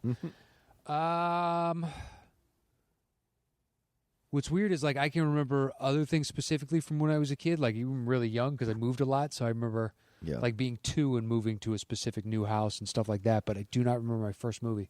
Okay. Do you? Pinocchio. Okay. My mom took me to Pinocchio. It was in Arlington, Virginia. The theater was by a Memco. And so I remember we went to see it, and my mom took me by herself. So I don't know if my brother was with me. I feel like I was alone with my mom. We went and saw the movie, and then I had to stand by the pillar while my mom went to go get the car because the car was way out there. Because back then, the parking lots were pretty, be way out there. So I remember standing by the pillar by myself, kind of thinking about the movie as my mom was like, "You stay there. You got to stay there. I'm going to come back with the car."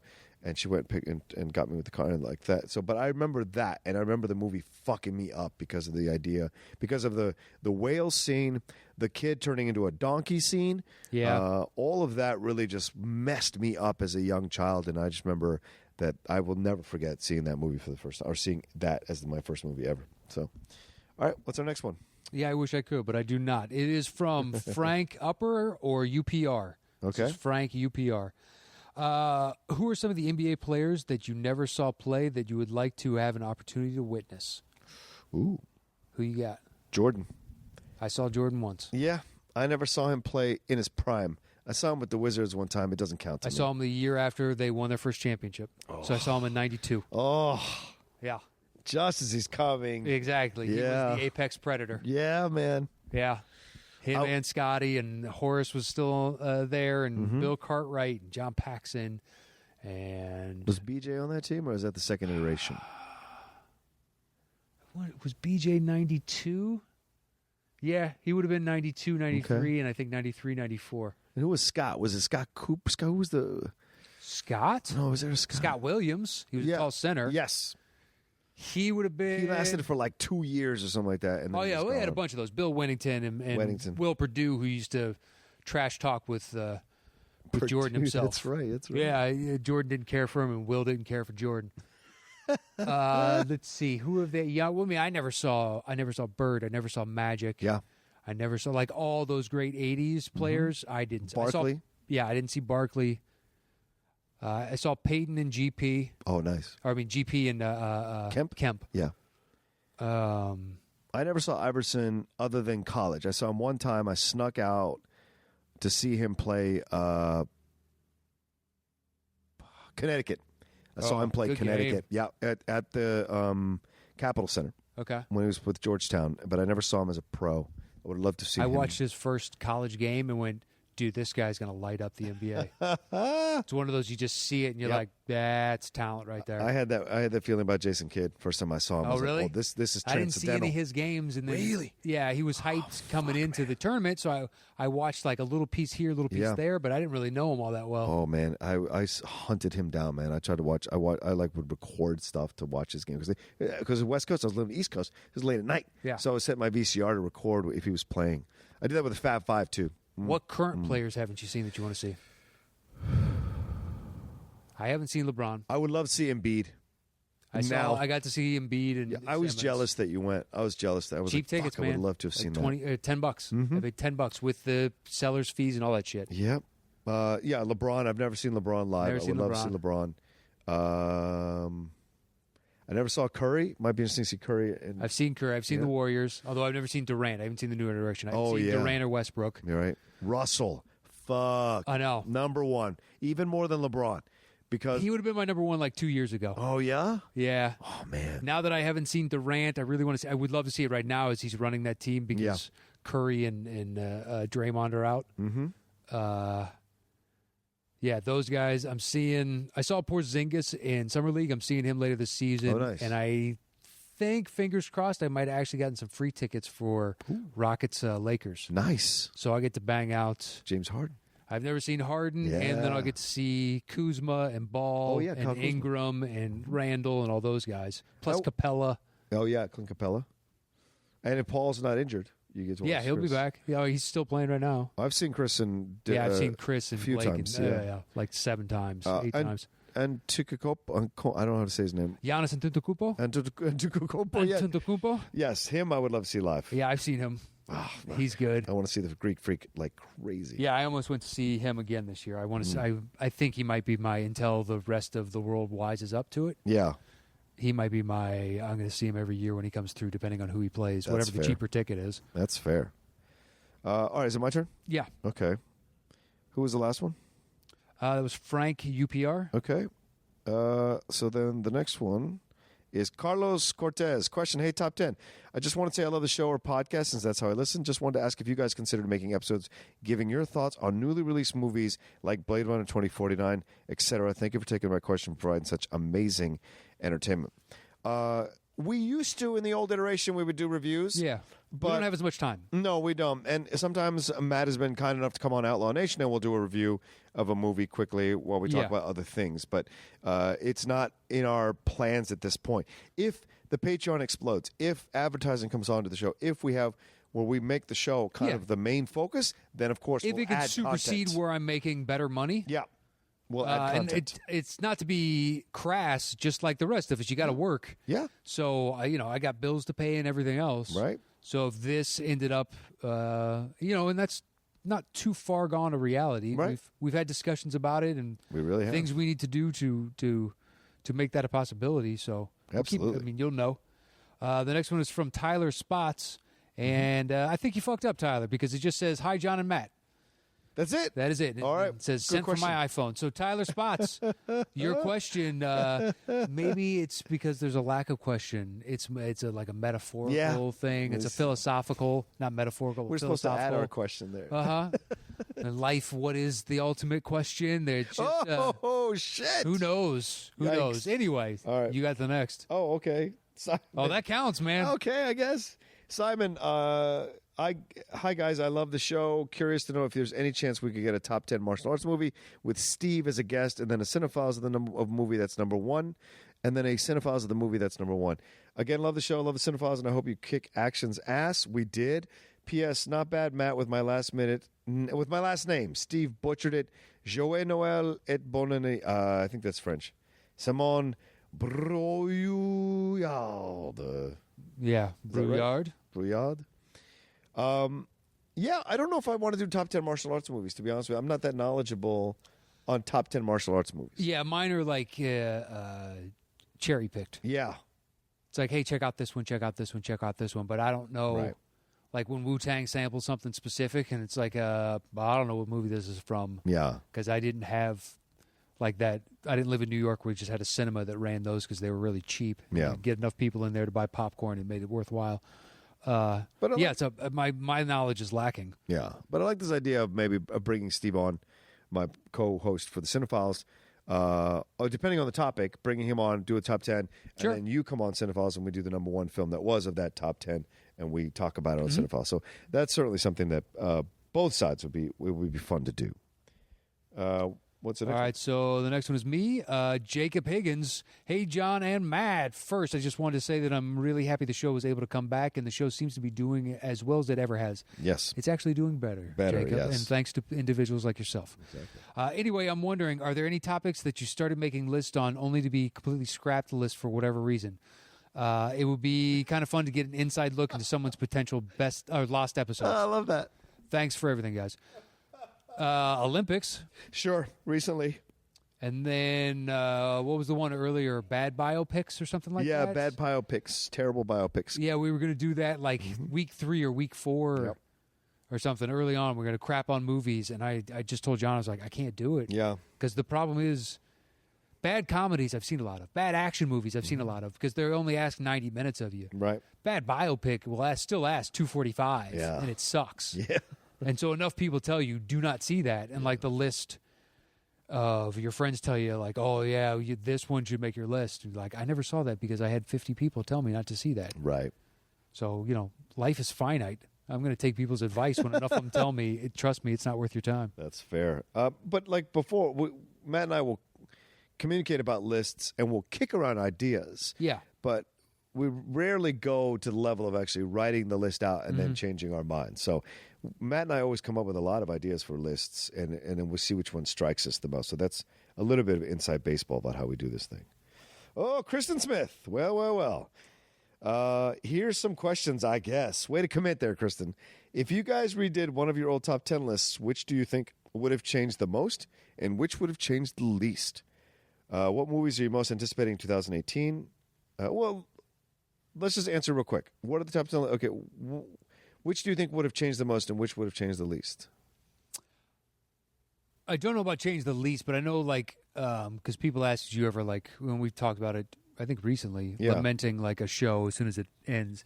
DC, walking out of that, I was upset with myself for the list that I presented just because I kept a bunch of extra Batmans on the bottom 5 because it was like, I'm representing a lot of Batmans. And then after we finished the show, I was like, you know what?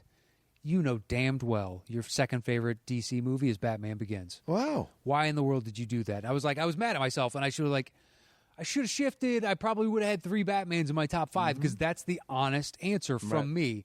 And I was like, I already have like so many on this list. I want to space it out, and maybe it's very rare when I do that. I try and stay honest with myself, but that was one where it just like I wanted to be representative more overall, and I let, I guess, a secondary opinion influence my primary opinion. Yeah. And that's it. I don't have the answer for the other. Okay. I would say change the most. That's tough. I don't know what would change. I know the least would be the mob films. There have been too many mob films that have come out that would mess up my list in order of that show that we did in the past. Yeah, I don't know. All right, what movies are you most anticipating 2018? Avengers: Infinity War, Black Panther, Solo, Incredibles 2. Yeah. Yeah, there's even more. Okay. What are the best and worst parts of being in the movie critic space? What's weird is I don't think of myself as a movie critic. Yeah. Well, being on the show. Yeah, I understand. Yeah. And I do fall into. I'm just like, I'm just a guy expressing my opinion. I don't really think that makes me a critic because I'm not getting paid. Like if studios aren't allowing me early access to go on and then post my opinion online, and people are gonna go see that movie or not go see that movie based on how I feel about it and stuff like that. And yeah, so that's how I feel. Best is being able to do exactly what Matt said. See these films ahead of time, which is great for me who love film so much. Like I've gone to so many screenings ever since I voiced the Perry. I want to be her +1 because she always gets a +1, and nobody in the office wanted to go consistently to the screenings because they have wives and they have girlfriends and they have families they have to go home to, and so that's totally understandable. Me as a single guy at this point in my life, I absolutely want to go to the screenings as much as possible. Plus, it means more camera time for me, and I keep honing my skills as a critic. So it's it's a good experience for me. It's a good training ground for me. So I would say that's one of the good things about it. One of the negative things about it is that people feel like they can say whatever they want to you as derogatorily as possible on YouTube and on you Twitter. Open yourself up to that by saying, "This is my opinion, and you need to listen to it." That's one of the negative things. So that's as far as I'll go with that. Yeah, I miss the schmoes used to every once and again be like, "Hey, you want to go see blah?" Yeah. I'd be like, I got a +1. Be like, all right, I'll go see Life of Pi in 3D on the Fox lot. It's great. And there's free popcorn and drinks. Awesome. Yeah, it was like, 2-3 weeks before it came out. I was like, sweet, I would get a jump start onto my Oscar stuff. And right. Every once in a while, they just, hey, you got any interest to see? Yeah, you don't have to finish that sentence. Yeah, I'll go see. All right, what's next? Next is Deborah Torres. Hey, Deborah. This is Deborah Torres. My question is, when will you guys do another top 10 B movies list? Patricio and I still watch the one you did on Collider, and we cannot stop laughing when Matt flexes whenever a Van Damme movie is mentioned. What's weird is I don't even remember doing that. There it is. Yeah, that, sure. I don't know because we can't make that private, so that's now canon. Yeah, it is. So I don't know that we'll be revisiting that anytime soon. Yeah, probably not. We might split the atom on that sometime soon. Yeah, easily. No, but not anytime the top 10 B movies list. But damn, I appreciate you watching it over and over again. That's really nice. Yeah. And thanks for all the logos you send us. That Patricio does for us. Does so amazing. Many. Yeah, and you always send it to us and tag us in it and stuff like that. They're great. Oh, yeah. Okay, Matthew Picardet. Hey, guys, been a fan since 2015, and you guys have been providing me entertainment at work for the last couple of years, so glad you're back. As you both know, the holidays can be tough for so many people. So my question is, are there any movies that you watch around the holidays that help keep the memory of your past loved ones alive? For me, I watch A Muppet Christmas Carol every Christmas Eve because I would always watch it with my mother every year before she passed away. Oh, I'm sorry, Matthew. Happy holidays, guys, and keep up the great work. I think I just go back to my favorite Christmas movies that we talked about a couple of weeks ago. Yeah. Christmas Vacation, How the Grinch Stole Christmas, just those. And then like whatever happens to be on, I know I'm going to see A Christmas Story eventually. Mm-hmm. I know I'm going to see some version of Christmas Carol or potentially Scrooged. Yeah. I know I'm going to see like those types of movies. It's like, it's Christmas time. It's like an excuse. I get to watch some of my, these classics. Yeah. And it's fun. Christmas is a unique season in that even if you don't celebrate it, you celebrate it on some level. Yeah. So if they could have Christmas in the title, it's more often than not just kind of like the sentiment of the season of like you need to be better and more giving of yourself and empathetic of the world around you and stuff like that. Yeah, I think I agree with Matt. It's Christmas movies with me. It's a Wonderful Life is one that I always come back to all the time. Is the idea of like you're better off on the planet than off. That's what that film's all about, is cherishing your friendships and your family. And even when things get tough, people can step up for you if you give them the space to step up for you. So I love that movie. I think for me, About Time is something that I always watch about my dad. That makes me think about my dad. Amadeus is another one that I watch because is my dad's favorite film. So whenever I watch it, he had good taste for Christmas. Yes, he did. My father good taste. Totally That's did. A good movie. And so I love that. So yeah, those are the choices I would say. All right. The next one comes from Joey, and it just says Joey. What's up, guys? Can't wait to see you kick Team Action's ass at the Spectacular. Well, I hope you tuned in and watched that. Yeah, I hope you did. Because that's exactly what you saw.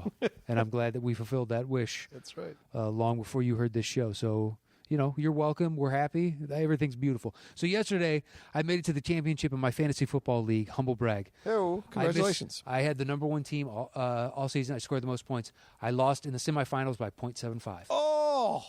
0.75. Had I started anybody, I picked up Rodgers weeks before on. Oh, Aaron, yeah. Stashed him. And I had Phil Rivers and Tyrod Taylor. So I had three quarterbacks. I started Phil because of going, listen, he doesn't historically play well in Kansas City, but they have the worst secondary in football. They give up more 50-yard plus passes than anybody else. Yeah. All you have to do is not throw turnovers or picks. He threw 3 fucking picks to what is basically a college-level secondary. I lost by 0.75. I had Le'Veon Bell blew up. I had Kareem Hunt blew up. My team is stacked. I've been crushing everybody all season. I have 6 running backs. I only start 3 of them. And then, because my wide receivers are excellent, it's just like I'm crushing. That's why I hate fantasy football. Anyway, I was just wondering if there was a fantasy movies league, what actor/actress would you take in the first round for 2018? I'm assuming points would be based off the movies they were involved in, box office award nominations. Loving everything you guys have been doing with the Patreon. Happy holidays from Texas, Joey Anthony. Wow. Who'd you take number 1? I'd have to look at the slate of who's got what coming out, but you got to assume if you're going to go box office. Yeah. Solo, but I'd say Avengers. So Downey Jr. has the most back-end points, I believe, with Avengers. So Downey Jr. would be my choice. My choice would be Chadwick Boseman because he's going to be in Avengers and Black Panther. There you go. So I think that's more my choice. But we'll see how it all turns out. Definitely. But I think that would be the choice for me. All right, Archibald Luke, what's your thoughts on the divisive opinion of Last Jedi? Have fans allowed their expectations to hinder their enjoyment? Luke Riley from England, also known as the Land of Tea. Yeah, there we go. Have you seen it? Yeah. Okay. I saw it opening night. Okay. At midnight. I think it's the movie that's going to have the highest expectations of any movie that comes out, and then the next one, Episode 9, will have even higher expectations. Yeah. It's closing out the arc of this trilogy. Mm-hmm. So I think it's inevitable that you're going to get some people are happy and some people are pissed. Right. There's no other way. And on some level, because of how ardent the fans are in their love for it, which is obvious, that this kind of divisive opinion is actually kind of a good thing because it shows that you took chances and made choices as opposed to playing it safe. I agree with that completely. Even if you don't like it, like there are certain things I don't like about it, but there are certain things of it that I think are just fantastic. Yeah. So you take the good with the bad, and overall, I think it's a good movie. And I think that's what is coming through as I analyze it more and talk about it more with people, and also on the show, like on the Outlaw Nation show. What I discovered was that the divisiveness is a good thing, and my cop out was that the fans are like, Force Awakens is a rehash of New Hope. Give me back my Star Wars, or no, do something new and innovative. They do something new and innovative in Last Jedi. This is not my Star Wars. I want to go back to Force Awakens. Please. So, yeah, and what Michael said to me on the show, he's like, well, there is a way to be innovative and not spit in the face of the fans. And I think that's where they kind of inadvertently made their mistakes with Last Jedi and why fans are pushing back because they feel like they were ridiculed or spit in the face of, or they're what they spent years figuring out, which Force Awakens laid the groundwork for them to spend 2 years obsessing about Rey's parents, obsessing about Snoke, who Snoke could be, then which Star Wars runs on those kind of speculations. Yeah. So the divisiveness is not a surprise to me because of how they handled things in the movie. The best laid plans of mice and men. Yeah. Well, so it's easy to sit here and theorize. Yeah. Yeah, they often go awry. So it sucks that your theory didn't come true. Yeah, right. There, I can't give you anything more than that. You just have to accept what is now reality. Yep. All right. That's it. What's our next one? Next one is 21 more to go, man. Wow, we're already at like $1.40 on the show. We got to barrel through these. Okay. From Jack Gratis. Hey guys, been following this show from the beginning. Enjoyed listening to you guys on my commute. My question: do you ever struggle with nostalgia influencing your thoughts on modern movies? And if so, how do you look past that? The obvious example would be Last Jedi. A lot of the complaints about the film are from people who grew up with the originals and don't like the new directions it's going in. Thanks, guys, and keep up the great work, Jack. Yeah, sure, sometimes. But I mean, that's a very specific case. Yeah. So this or like Indiana Jones where the one with the next one, but it won't have near the same impact, I think, within fandom. So I think, nostalgia-wise, Star Wars is the biggest, and it's tough to get that type of reaction from anything else. Well, and I think Star Trek is another one that for me, I struggled with when I saw Into Darkness, when I saw Star Trek Beyond. This is not the Star Trek that I like necessarily, Yeah. And I like the reboot. I didn't like the next 2 films 100%, and so that's an issue because I go with my expectations, with my thoughts. But it's not wrong to go with your expectations or thoughts. You have ideas that you want and what works for you, and sometimes I don't do that. So yeah, that's what I would say. Nostalgia does affect it, but it's up to you, the personal viewer, to make your decision how much your nostalgia you're allowing. So you have to do the work as well. You can't wait for everybody else to do the work and you sit on your ass doing nothing. Correct. Yeah. Is it me? Yep. Oh, sorry. Sean Naughton. Sean Naughton, 49. Hello, Mr. Knost and Mr. Rocha. I was wondering, John, as a voice actor, which character in the Disney Afternoon lineup, DuckTales, Tailspin, Darkwing Duck, would you most like to voice in the eventual Disney Afternoon Cinematic Universe? Are you kidding? Darkwing Duck. Who wouldn't want to do Darkwing Duck, for God's sakes? And Matt, would you rather be a horse-sized duck or a duck-sized horse? I don't have all the questions. I don't have real questions. You guys are awesome. Thank you for all the content you create, Sean Naughton.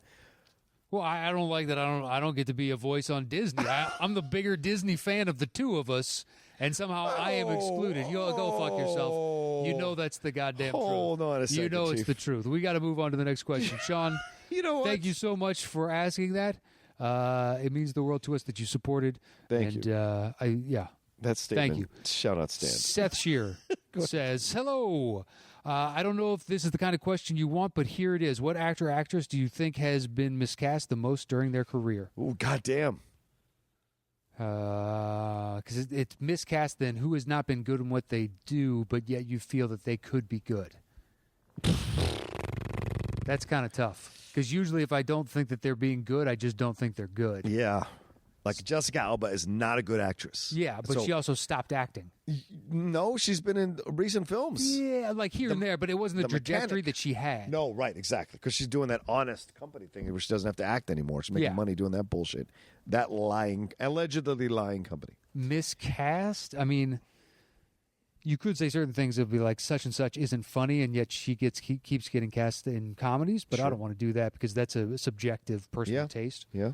Like there's one in particular that I just don't get. Okay. I don't get. You don't want to say? All right. Nah, because I know I'm in the minority, so why stir up the hornet's nest? That's fair. It doesn't make sense. Hot take.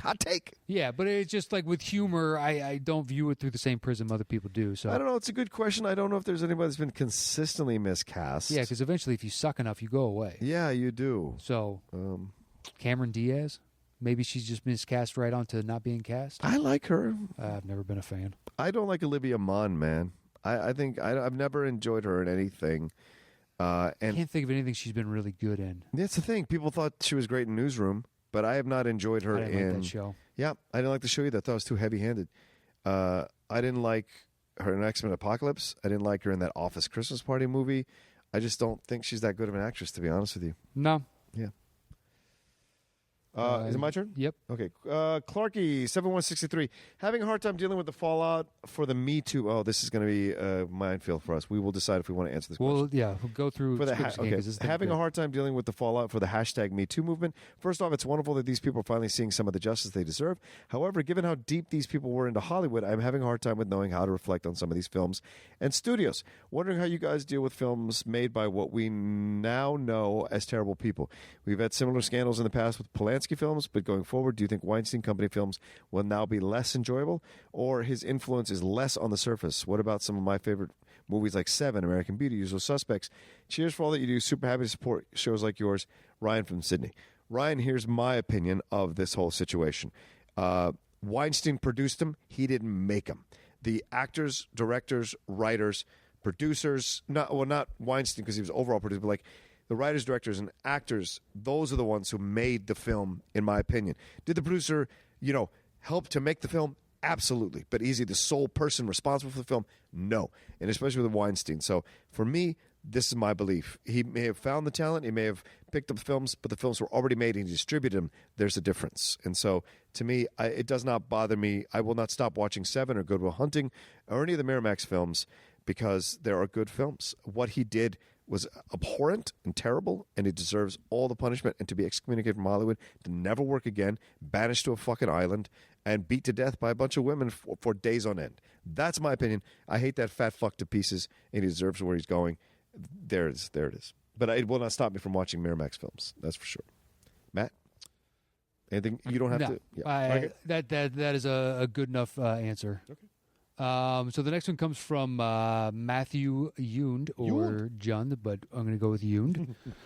What were some movies that you loved as a child and thought were incredibly beloved by most people, only to find out that they weren't as popular or well respected as you thought? When I was young, two of my favorite movies were Wild Wild West and Broken Arrow. Oh, my God. Matthew. I've come to learn that these were not critical darlings. And that's in quotes. Matthew, these weren't even quote-unquote good movies, let alone critical darlings. Oh. I mean, I find it baffling that you don't like Goonies. A lot of people do. Absolutely baffling, because I think that is it crosses all generational. Mm-hmm. The awe it should inspire. Yeah. Because I still get it as an adult, and I think it's independent of the fact that I loved it as a child. Mm-hmm.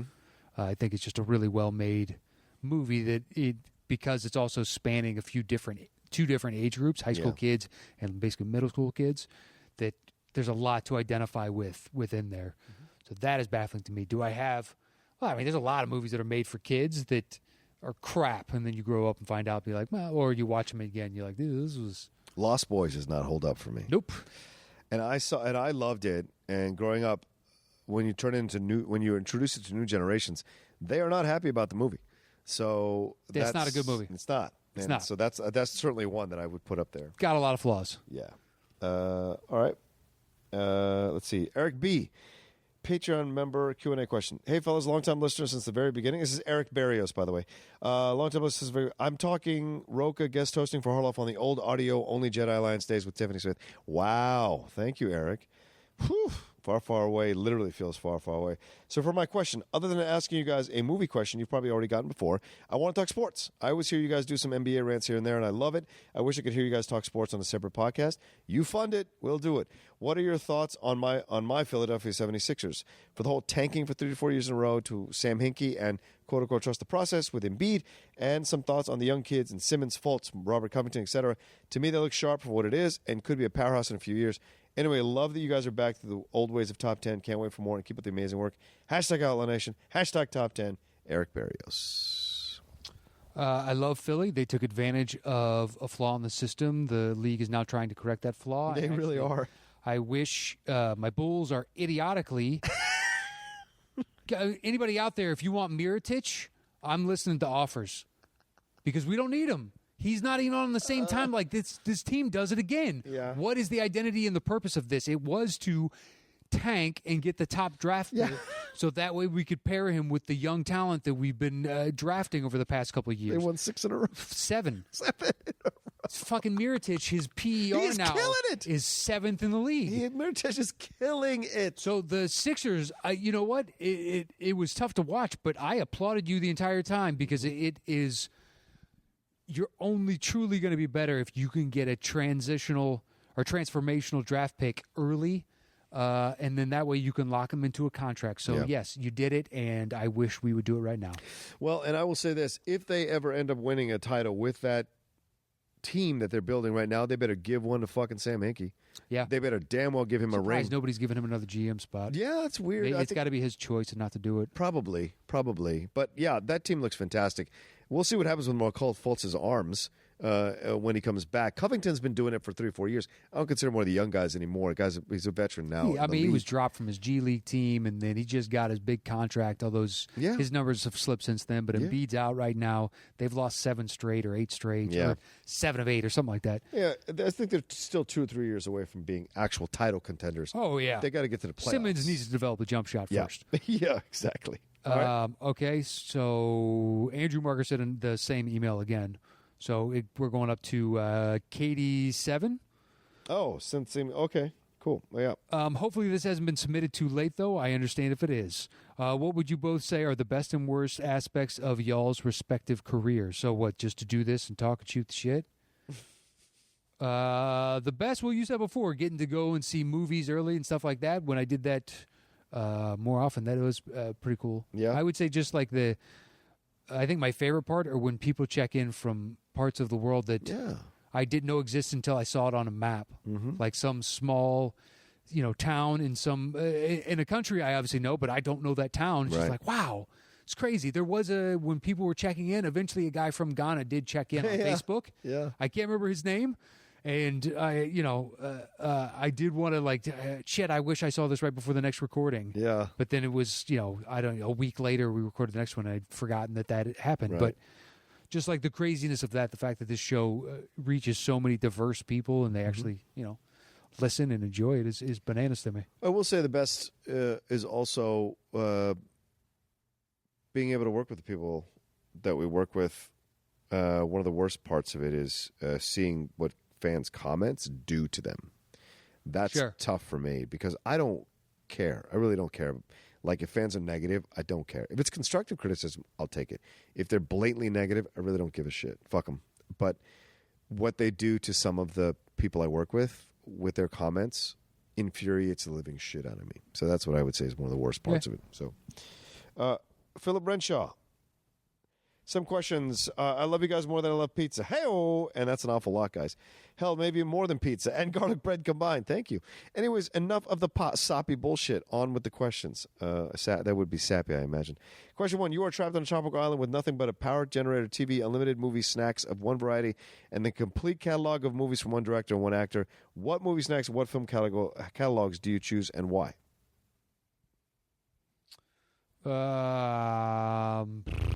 Forever? Yeah, stuck on the I guess if I'll just choose one, I'll take Scorsese. Oh, nice. Okay. I'll take Coppola. Okay. And then actor? No, fuck that. I'll take Kurosawa. Director, right. Actor, you know what? I know this is going to be controversial, but I would take Tom Cruise. I was about to say I'll take Tom Hanks. There we go. Because there's enough variety in there. For me, too. On the snacks, what's your movie snack? Popcorn. Yeah. Popcorn and a soda. Pretzel bites for me. The soft pretzel bites they have at AMC. Tropical Thunder, great film or greatest film? Well, you know my thoughts. Matt Knost does not agree. Nope. All right, next one. It's from David Mitchell Baker, a big supporter. Hi, guys. A longtime fan from the original Escape podcast days. Happy you guys are back and continuing to crush it. My question is a two-parter. Who is your all-time favorite actor and your favorite actor from the last 10 years? And then my all-time favorite is James Stewart. And the last 10 years is a tie between Adam Driver and Sam Rockwell. Thanks for taking my question and keeping up the great content. From David Mitchell Baker. Mm-hmm. Well, I guess since I just said I'll take Tom Hanks on a deserted island or whatever, I'll take Tom Hanks.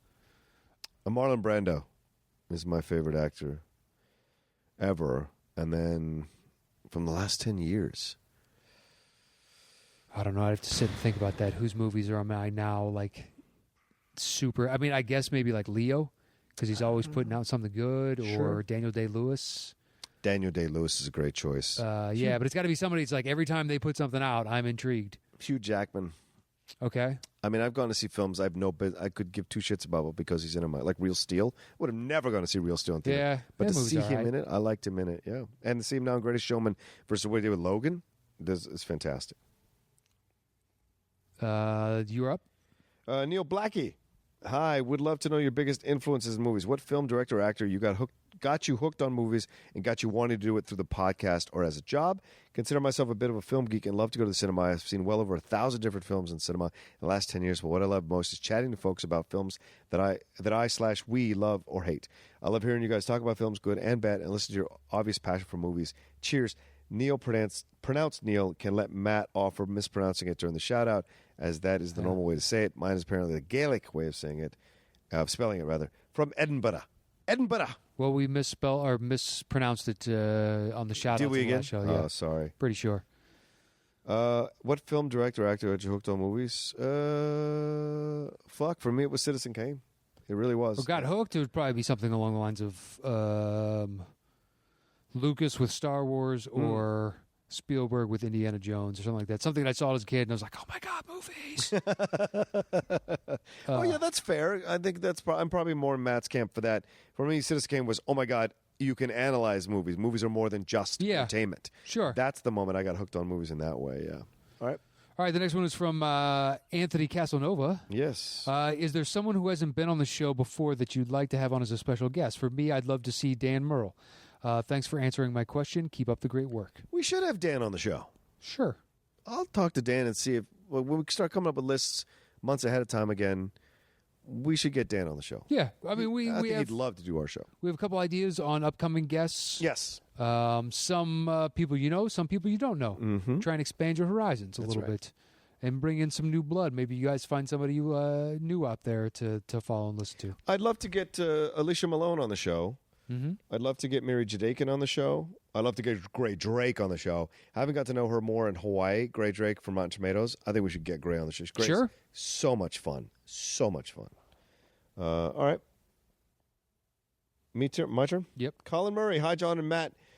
First off, hi from Bonnie, Scotland. I've listened to the both of you since the first ever appearance on the Schmoes Know Show way back when. The banter between you guys is great. John, I love that you love football, soccer. It's what really made me like you when I first found out about it. I'm a massive football fan. I could talk about it all day, but I digress. Matt, I love the fact that you love Braveheart as much as I do. I was the one that tweeted you when you passionately talked about it on one of the shows. Sweet. Anyway, enough rambling on, and get on to the point of it and ask a question. What are the biggest guilty movie pleasures that you love, but everyone else looks at you with complete disdain when you tell them about it? That's for both of you. Yours, Colin. Colin. Shit, I was just having this discussion like not long ago with somebody. What movie were we talking about? Where I was like, I don't even care. I love that movie. What movie was it? Because there are a couple of those, although I'm blanking on it, but we've been talking for a while. My brain's starting to run in circles up there. I don't know. Like there's a little bit of gas left in the tank, and then there's some rubber left on those tires, but the wheels are beginning to spin a little bit. That light's been on for a while. Yeah. You got one off the top of your head? Yeah, sure. I got a few. I mean, Hudson Hawk, I get a lot of shit for loving. Oh, that movie sucks. I love that movie to pieces. That movie sucks. Listen, this is not what this is about. Well, that's the reason you love the movie, and I get to tell you it sucks. All right, fine. People give me shit from Armageddon, and I love Armageddon to pieces. Okay. Guilty movie pleasure. Staying Alive, the sequel to Saturday Night Fever. I cannot explain why I know that movie word by word dialogue, and there's something about it that I just pop on and I watch. It's fucking terrible, but it's my kind of terrible, and I enjoy it.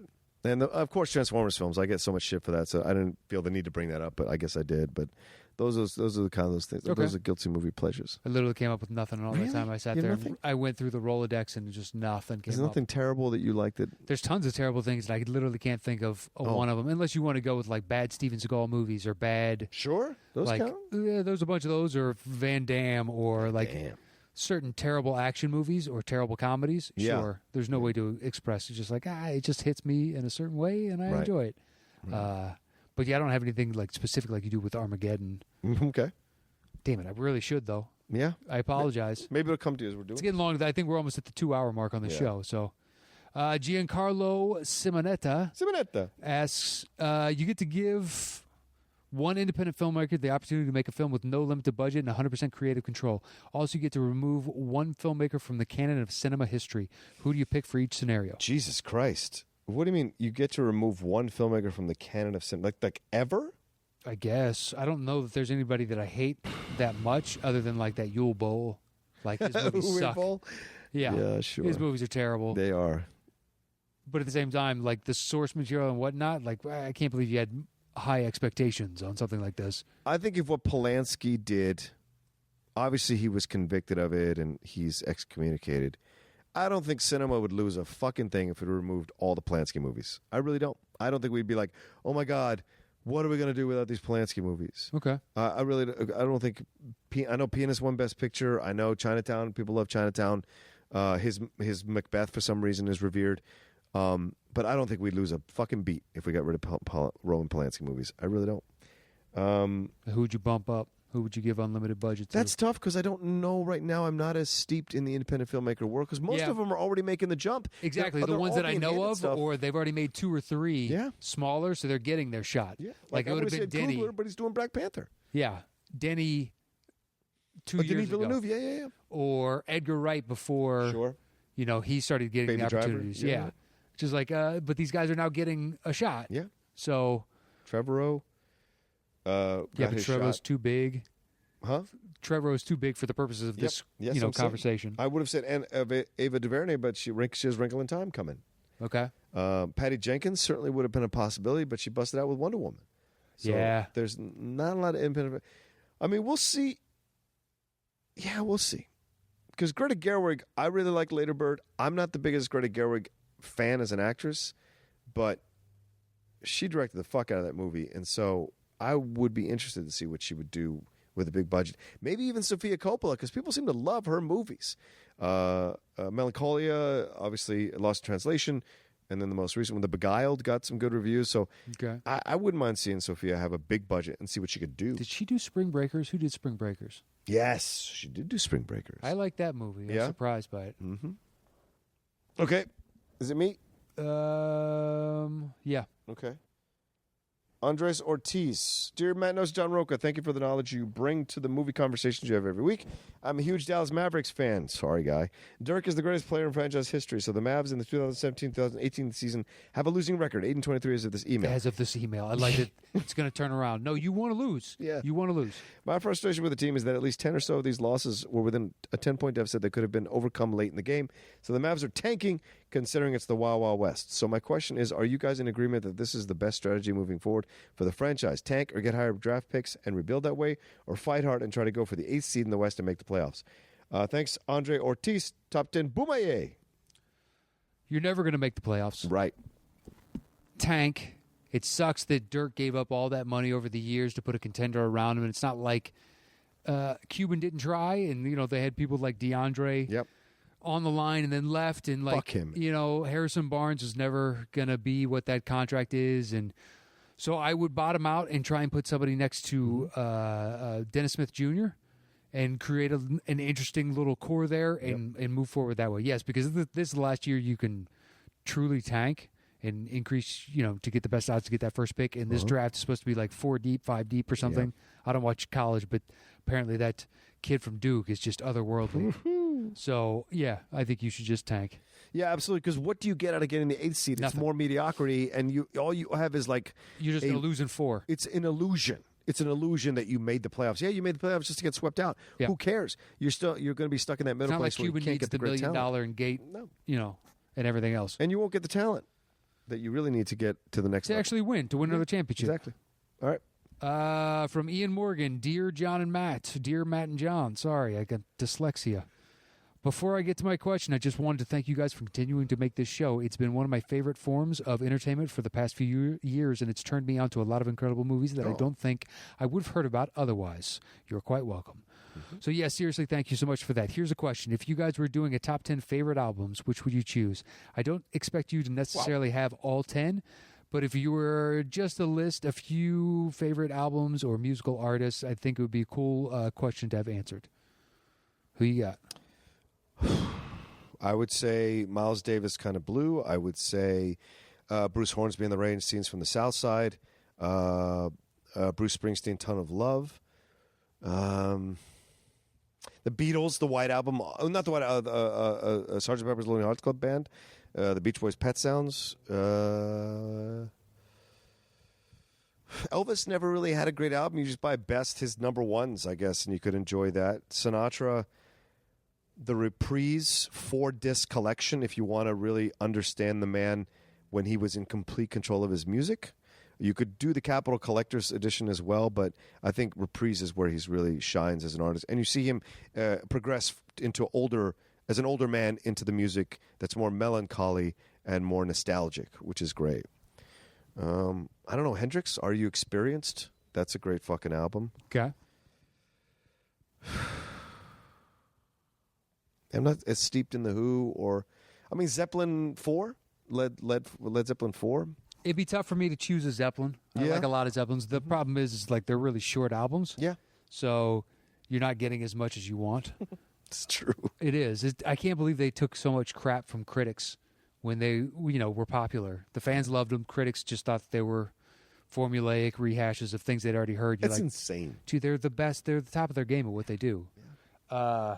That is amazing. Yeah, I'd take a Zepp. I'd probably take Beastie Boys' Check Your Head. Fuck yeah. I'd definitely have to get some sort of rap in there, and I don't know which way I want to go. Maybe more early's rap, or maybe early 80s rap, like a little Run DMC or something like that. Yeah, maybe. Or potentially something later, like, an Eminem I like Chronic. I'd put Dre's Chronic in there. Dre's Chronic was a good one. Mm-hmm. Let's see, maybe a Rage Against the Machine album. Yeah. Or Agreed. God, there's so because I used to listen to. I mean, I used to be an audiophile Yeah. where I've actually filled up an iPod before, just completely full of music. Oh, Jesus. Yeah. And just nonstop. I would listen to 5, 6, 7 albums a day. And I was constantly finding new artists. Oh, fuck. Mark Ellis would kill us. Van Halen, 1984. They would make my Really? top albums. Oh, Nah. I love that fucking album. It's a good album. Don't get me wrong. Ah. Not a bad song on it, except for There's a couple that I could do Drop without. Dead Legs or Jimmy Leg, whatever that one is. I didn't like that one, but it's a majority good songs. Yeah. Let's see. Probably some sort of Radiohead. Coltrane. Yes. I'd take one classical. I would take something from Beethoven. Sure. I would throw the Amadeus soundtrack in there. If we're going to do Mozart stuff. I love the Daft Punk Tron soundtrack. I actually yeah. put that on, listen to all kinds of different things. That's a fucking great soundtrack. Absolutely. Let's see. Who else?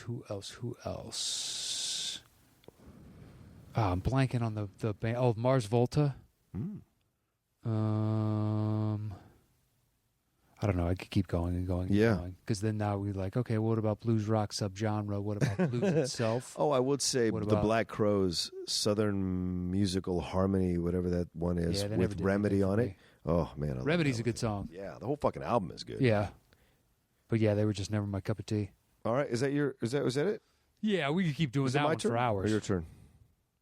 I It's somehow just your turn. okay. Ricky Rivers. Hi, John and Matt. Love the podcast. And starting the podcast, participating in the Schmodown changed the way you watch. Oh. Since starting the podcast, I'm participating in the Schmodown changed the way you watch movies. I would imagine they might seem more like work now compared to escape or simple enjoyment. Keep up the great work, guys. Has it changed the way you watch movies? What, being part of the Schmodown? Yeah. Because you have to pay attention to certain things maybe you didn't pay attention to before. No, I don't think that I did. I think that would be something that would influence you more so than it would me. It has, but I've actively turned that off so that I can enjoy movies again. Because if I'm pausing to remember company names and character names and occurrences in films, then I'm not enjoying the flow of the film. Yeah. So I had to turn that off and just trust that, like, when I won the championship, I just had osmosis of knowing these things because I watched so many of them. So Yeah, you have to trust in yourself. exactly. We had another repeat, so this one is from Andrew Hayes, a.k.a. Gozer. Okay, Gozer. What is the hardest top 10 that you guys had to do? I think it's anyone where it's like an open-ended to where we didn't narrow it down. So you're just like on epics. Oh yeah. Wow, how are you defining this? Right. And then when people are like, how could you forget? And you're like, I can't fight you. You're right. That's a huge epic. I love that epic. And you forget about things because that topic is so large. Yeah. Like you'll have a list of 50 and there's still 20 you forgot about. Yeah. So it's those. It's any time where the question is just so large that we didn't narrow it down. I think for me, top 10 Westerns was the hardest one to do because I love so many of them. To cut it down to 10, I felt like I was insulting these other Westerns that I really fucking love. Yeah. So that was really It's impossible hard not to. Yeah. That was really, really fucking Yeah, if we hard do for that me. again, maybe we do like spaghetti westerns as a 10. Yeah. Kind of Something like that. Limit it. Yeah. All right. Julian Key. Hi. My question is, what are your favorite character actors, alive or dead? Wow. I would love to hear this as a full episode, but realistically, maybe it's too hard. So I will ask it here. Cheers, Julian Key. That might be possible in the future. Top 10 character actors. I would The love problem to do with that. character actors is it's that guy. That's Well, a character sure, actor. but that's the whole point of it. That's it. Well, yeah, but there's a reason it's hey, it's that guy. Yes. Because their character, like there are some that elevate above and you know them, Yeah. their name, but that's rarefied air for a character actor. Usually it's the guy that was in this and this and Right. this and this, and you've seen him in 100 things, but for whatever reason, none of us can remember his name Yeah. or her name or whomever it may be. So who's your favorite? I think Emmett Walsh is one I always come Great back to. I loved one. him. Yeah. Who I can't remember the actor's name right now offhand because it's so late at night, but he's in the Tom Cruise one with Demi Moore. All good men. A few good men. He rides in the back seat. He's the one that has the knowledge about Jack Nicholson. He's turning on Jack Nicholson. He's the other guy there. He died early, tragically. He was in Pleasantville. He was like the mean in charge of the town, but he was kind of mean about it. Pleasantville. Shit, He's a great character actor. And now I'm like, I can visualize the other high school students in Pleasantville. I can't even think of who you're talking about. Yeah. It's JP something or JT Walsh. JT Walsh. That's what it is. JT Walsh. Emmett Walsh. I would have said Buscemi before he became a lead in Boardwalk Empire. Dan Hedaya. Oh, Hedaya's great. Yeah, that was the first. Fuck That's yeah. the first one that popped to mind. Dan Hedaya. Yeah. I love Dan Hedaya. I love him Always great. in fucking Running Scared. And You're detectives. Go detect. Oh, shoot. Of course, it's that guy, but his name is above that. What was he in? You want to tell me what he was in? He was in Dragnet as the preacher with the lisp. He was in 9 to 5. Christopher Plummer. No. That's Plummer is the... Oh, no. He's who's the guy with the lisp? It's not Christopher Plummer. Christopher Plummer is the guy you're thinking of. right. He's the preacher. Okay, he was in... shit. He was in? He was also in 9 to 5. He was in... Dabney Coleman? Dabney Coleman. Oh, yes, because he runs the Skin magazine. And That's what it is. Yeah. He's the Larry Flintish. Yeah. Yeah, he's got that lisp. Why don't you go out there and get my money? Go get my magazine. He was always excellent. Everything he Dabney's great, man. So great. Gerald McRaney is another one that's a did. really You good. think he's a character actor? He was the star of his own sitcom. Major Dad? Yeah, I watched that. Is Gandolfini not a character actor either? No, because he headlined and now you know who he is. Like he's... But you know, you can say others from that show were. Yeah. Shit. Yeah. I don't know. There's so many. There really is so many. And we've been... And there's so many women. Lainey Kazan, I love her. Yeah, she's great. She's so funny and everything. She seems like she'd be fun. I was watching Zohan again the other night. That's Still a film. haven't seen that. There's all a the way guilty through. movie pleasure that everyone gives me shit about. All right, what's our last question, Matt Knost? I guess Ace Ventura would be like that. I've gotten a lot of shit from People that. love Ace Ventura. Yeah, that are older than us and be like, oh, that movie's terrible. It's not. And be like, really? I think that movie's great. That and Dumb and Dumber, they're like, it doesn't hold up. Dumb and Dumber be like, fuck you. Go back. I think that's still brilliant. Mm-hmm. So our final question from Brian Saferni, this week's one of this week's Thunderdome participants. Hello, I have been a huge fan of you guys since the Collider video days. I recently rewatched Taxi Driver for the first... Hold on. Yeah. Okay. For the first time in a while. It just says, I recently rewatched. And it says, for the first time. I'm like, what? My brain kind of stops. Anyway, I feel this movie gets overlooked when talking about not only great Scorsese films, but great films from the 70s. What are your thoughts on Taxi Driver? Also, can't wait to hear the top 10 Scorsese film episode, possibly around when The Irishman is released. Thank you guys and keep it up. Trust the process. Brian Saferni. Well, Brian, they just pushed the rumors of the pushing Irishman to 2019. So maybe Matt and I will pick a dead week and we'll do top 10 Scorsese. That'd be fun, Scorsese films. Yeah. And if we get Martin Scorsese to come in and... What, do you want to get him as a guest? I just lost my fucking mind inside my mind talking, visualizing getting Martin Scorsese I thought as that a you guest. became so enamored with the idea and you're like, why don't we do that? I'm like, I was seriously going to question your rationality right now, like where your brain is. Like, Don't tell me I can't do something, man, because I always find a way. I mean, look, hypothetically, it's possible. Well, I'll go to him. We had Joe Mantegna on Cinephile, so... Yeah, I have no problem. Look, we'll drive to Malibu. We'll drive to wherever you're at. This is all portable. We can make this happen. That's right. Marty, baby. Reach out. Can you hit us up on Twitter? Oh, I'd love it. Him and Tarantino have been top 2 guests. Scorsese just likes hanging out with comics so much. I know that guy is a fun hang. Oh, yeah, probably. Just because it's just like, we break balls, we have a good time, but he's more than willing to laugh at himself. Be like, that's the type of person that I like. Mm-hmm. Somebody mentioned criminally underrated films earlier in one of the questions. Yeah. King of Comedy. King of Comedy is criminally underrated. That's a good underrated. Right? I'd say the reason people maybe don't talk about Taxi Driver as much, although I still think they talk about it quite a bit, is because it's such a dark movie that it's not as revisitable or rewatchable as a bunch of his other films. Mm-hmm. And I think that's why when you talk Scorsese, you latch on to 10 other things that he's done, as opposed to that one, which is excellent. It's pretty dark. It's tough to get behind a character that's, that hollow inside. Yeah, absolutely. I think Matt absolutely nails it on the head. I feel the same way because you're watching the progression of a lunatic throughout the movie, sociopath in essence, or psychopath coming through and trying to assassinate a person of, a person of political origin. You watch his descent into madness, and he narrates his descent into madness for you, which is more unsettling. So I agree with you. I think that and One Flew Over the Cuckoo's Nest are these two 70s films that everyone seems to talk about in such glowing terms, but they do not revisit these films multiple times because they take too much out of you to watch it. It's very uncomfortable to subject yourself to that for the next 2 hours. So I think that's the reason why. But people still revere it and talk about it. Paul Schrader still has a career in Hollywood because he wrote the script for Taxi Driver, and I think directed it. Oh no, wrote the script. Scorsese directed it. Yeah, Scorsese directed it. So that as well, and so but people do love it, and I enjoyed it. I think it's a powerful film for so many reasons, and that's what I can say. Yeah, that's all I got. I gotta pee like a racehorse. Okay, all right. Like a racehorse. Well, there you go. That's our Q&A for the Top 10 show. Can you imagine if we'd opened it up to the entire world? We would have been here for the next 3 days, and I never would have, left town. Fair point. Yeah. That was it. Thank you to everyone that has been supporting us since we came back on the air. Yep. 2018, the way it's looking right now is going to be absolutely amazing. And we're so thankful to all of you that have supported us, and whether it's through Patreon, but also just by listening and letting us know and telling us on Twitter and on Facebook.com/groups /the Top 10 show with the number 10. You can find me on Twitter and Instagram at Matt Knost, MATTKNOST. You can find me at The Rocha Says on Twitter and Instagram.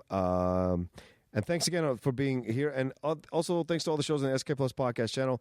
Schmo Night Rundown, After Schmo, critically acclaimed, Meaning of, Don't Be a Beardo, the Outlaw Nation show, of course. And also thanks for supporting all those shows and supporting us as well. It's been an awesome 2017. Here we go in 2018. Yep. We are at our wits' end, like a little bit tired for this, but we are both super excited to see what the show is going to be throughout the year and get more interactive. We'll come up with more and more things to be more interactive with you all, and who knows what that could lead to. So keep promoting the show. Keep telling your friends about the show. If you're a teacher, if you're a policeman, like creating outreach programs, all the stuff you're doing, bring our show into your lives more and more. We love doing it. Yeah, let us know. Yeah, thanks so much. And Thunderdome, the video will be up in like 2 days from now, just for who's the next this month, who the first 3 people are, and we're going to get that ball rolling and hopefully have some guests coming up this month. We potentially have one lined up now, and thank you so much to everybody. It's been an amazing year, and looking forward to 2018 with all of you. All right.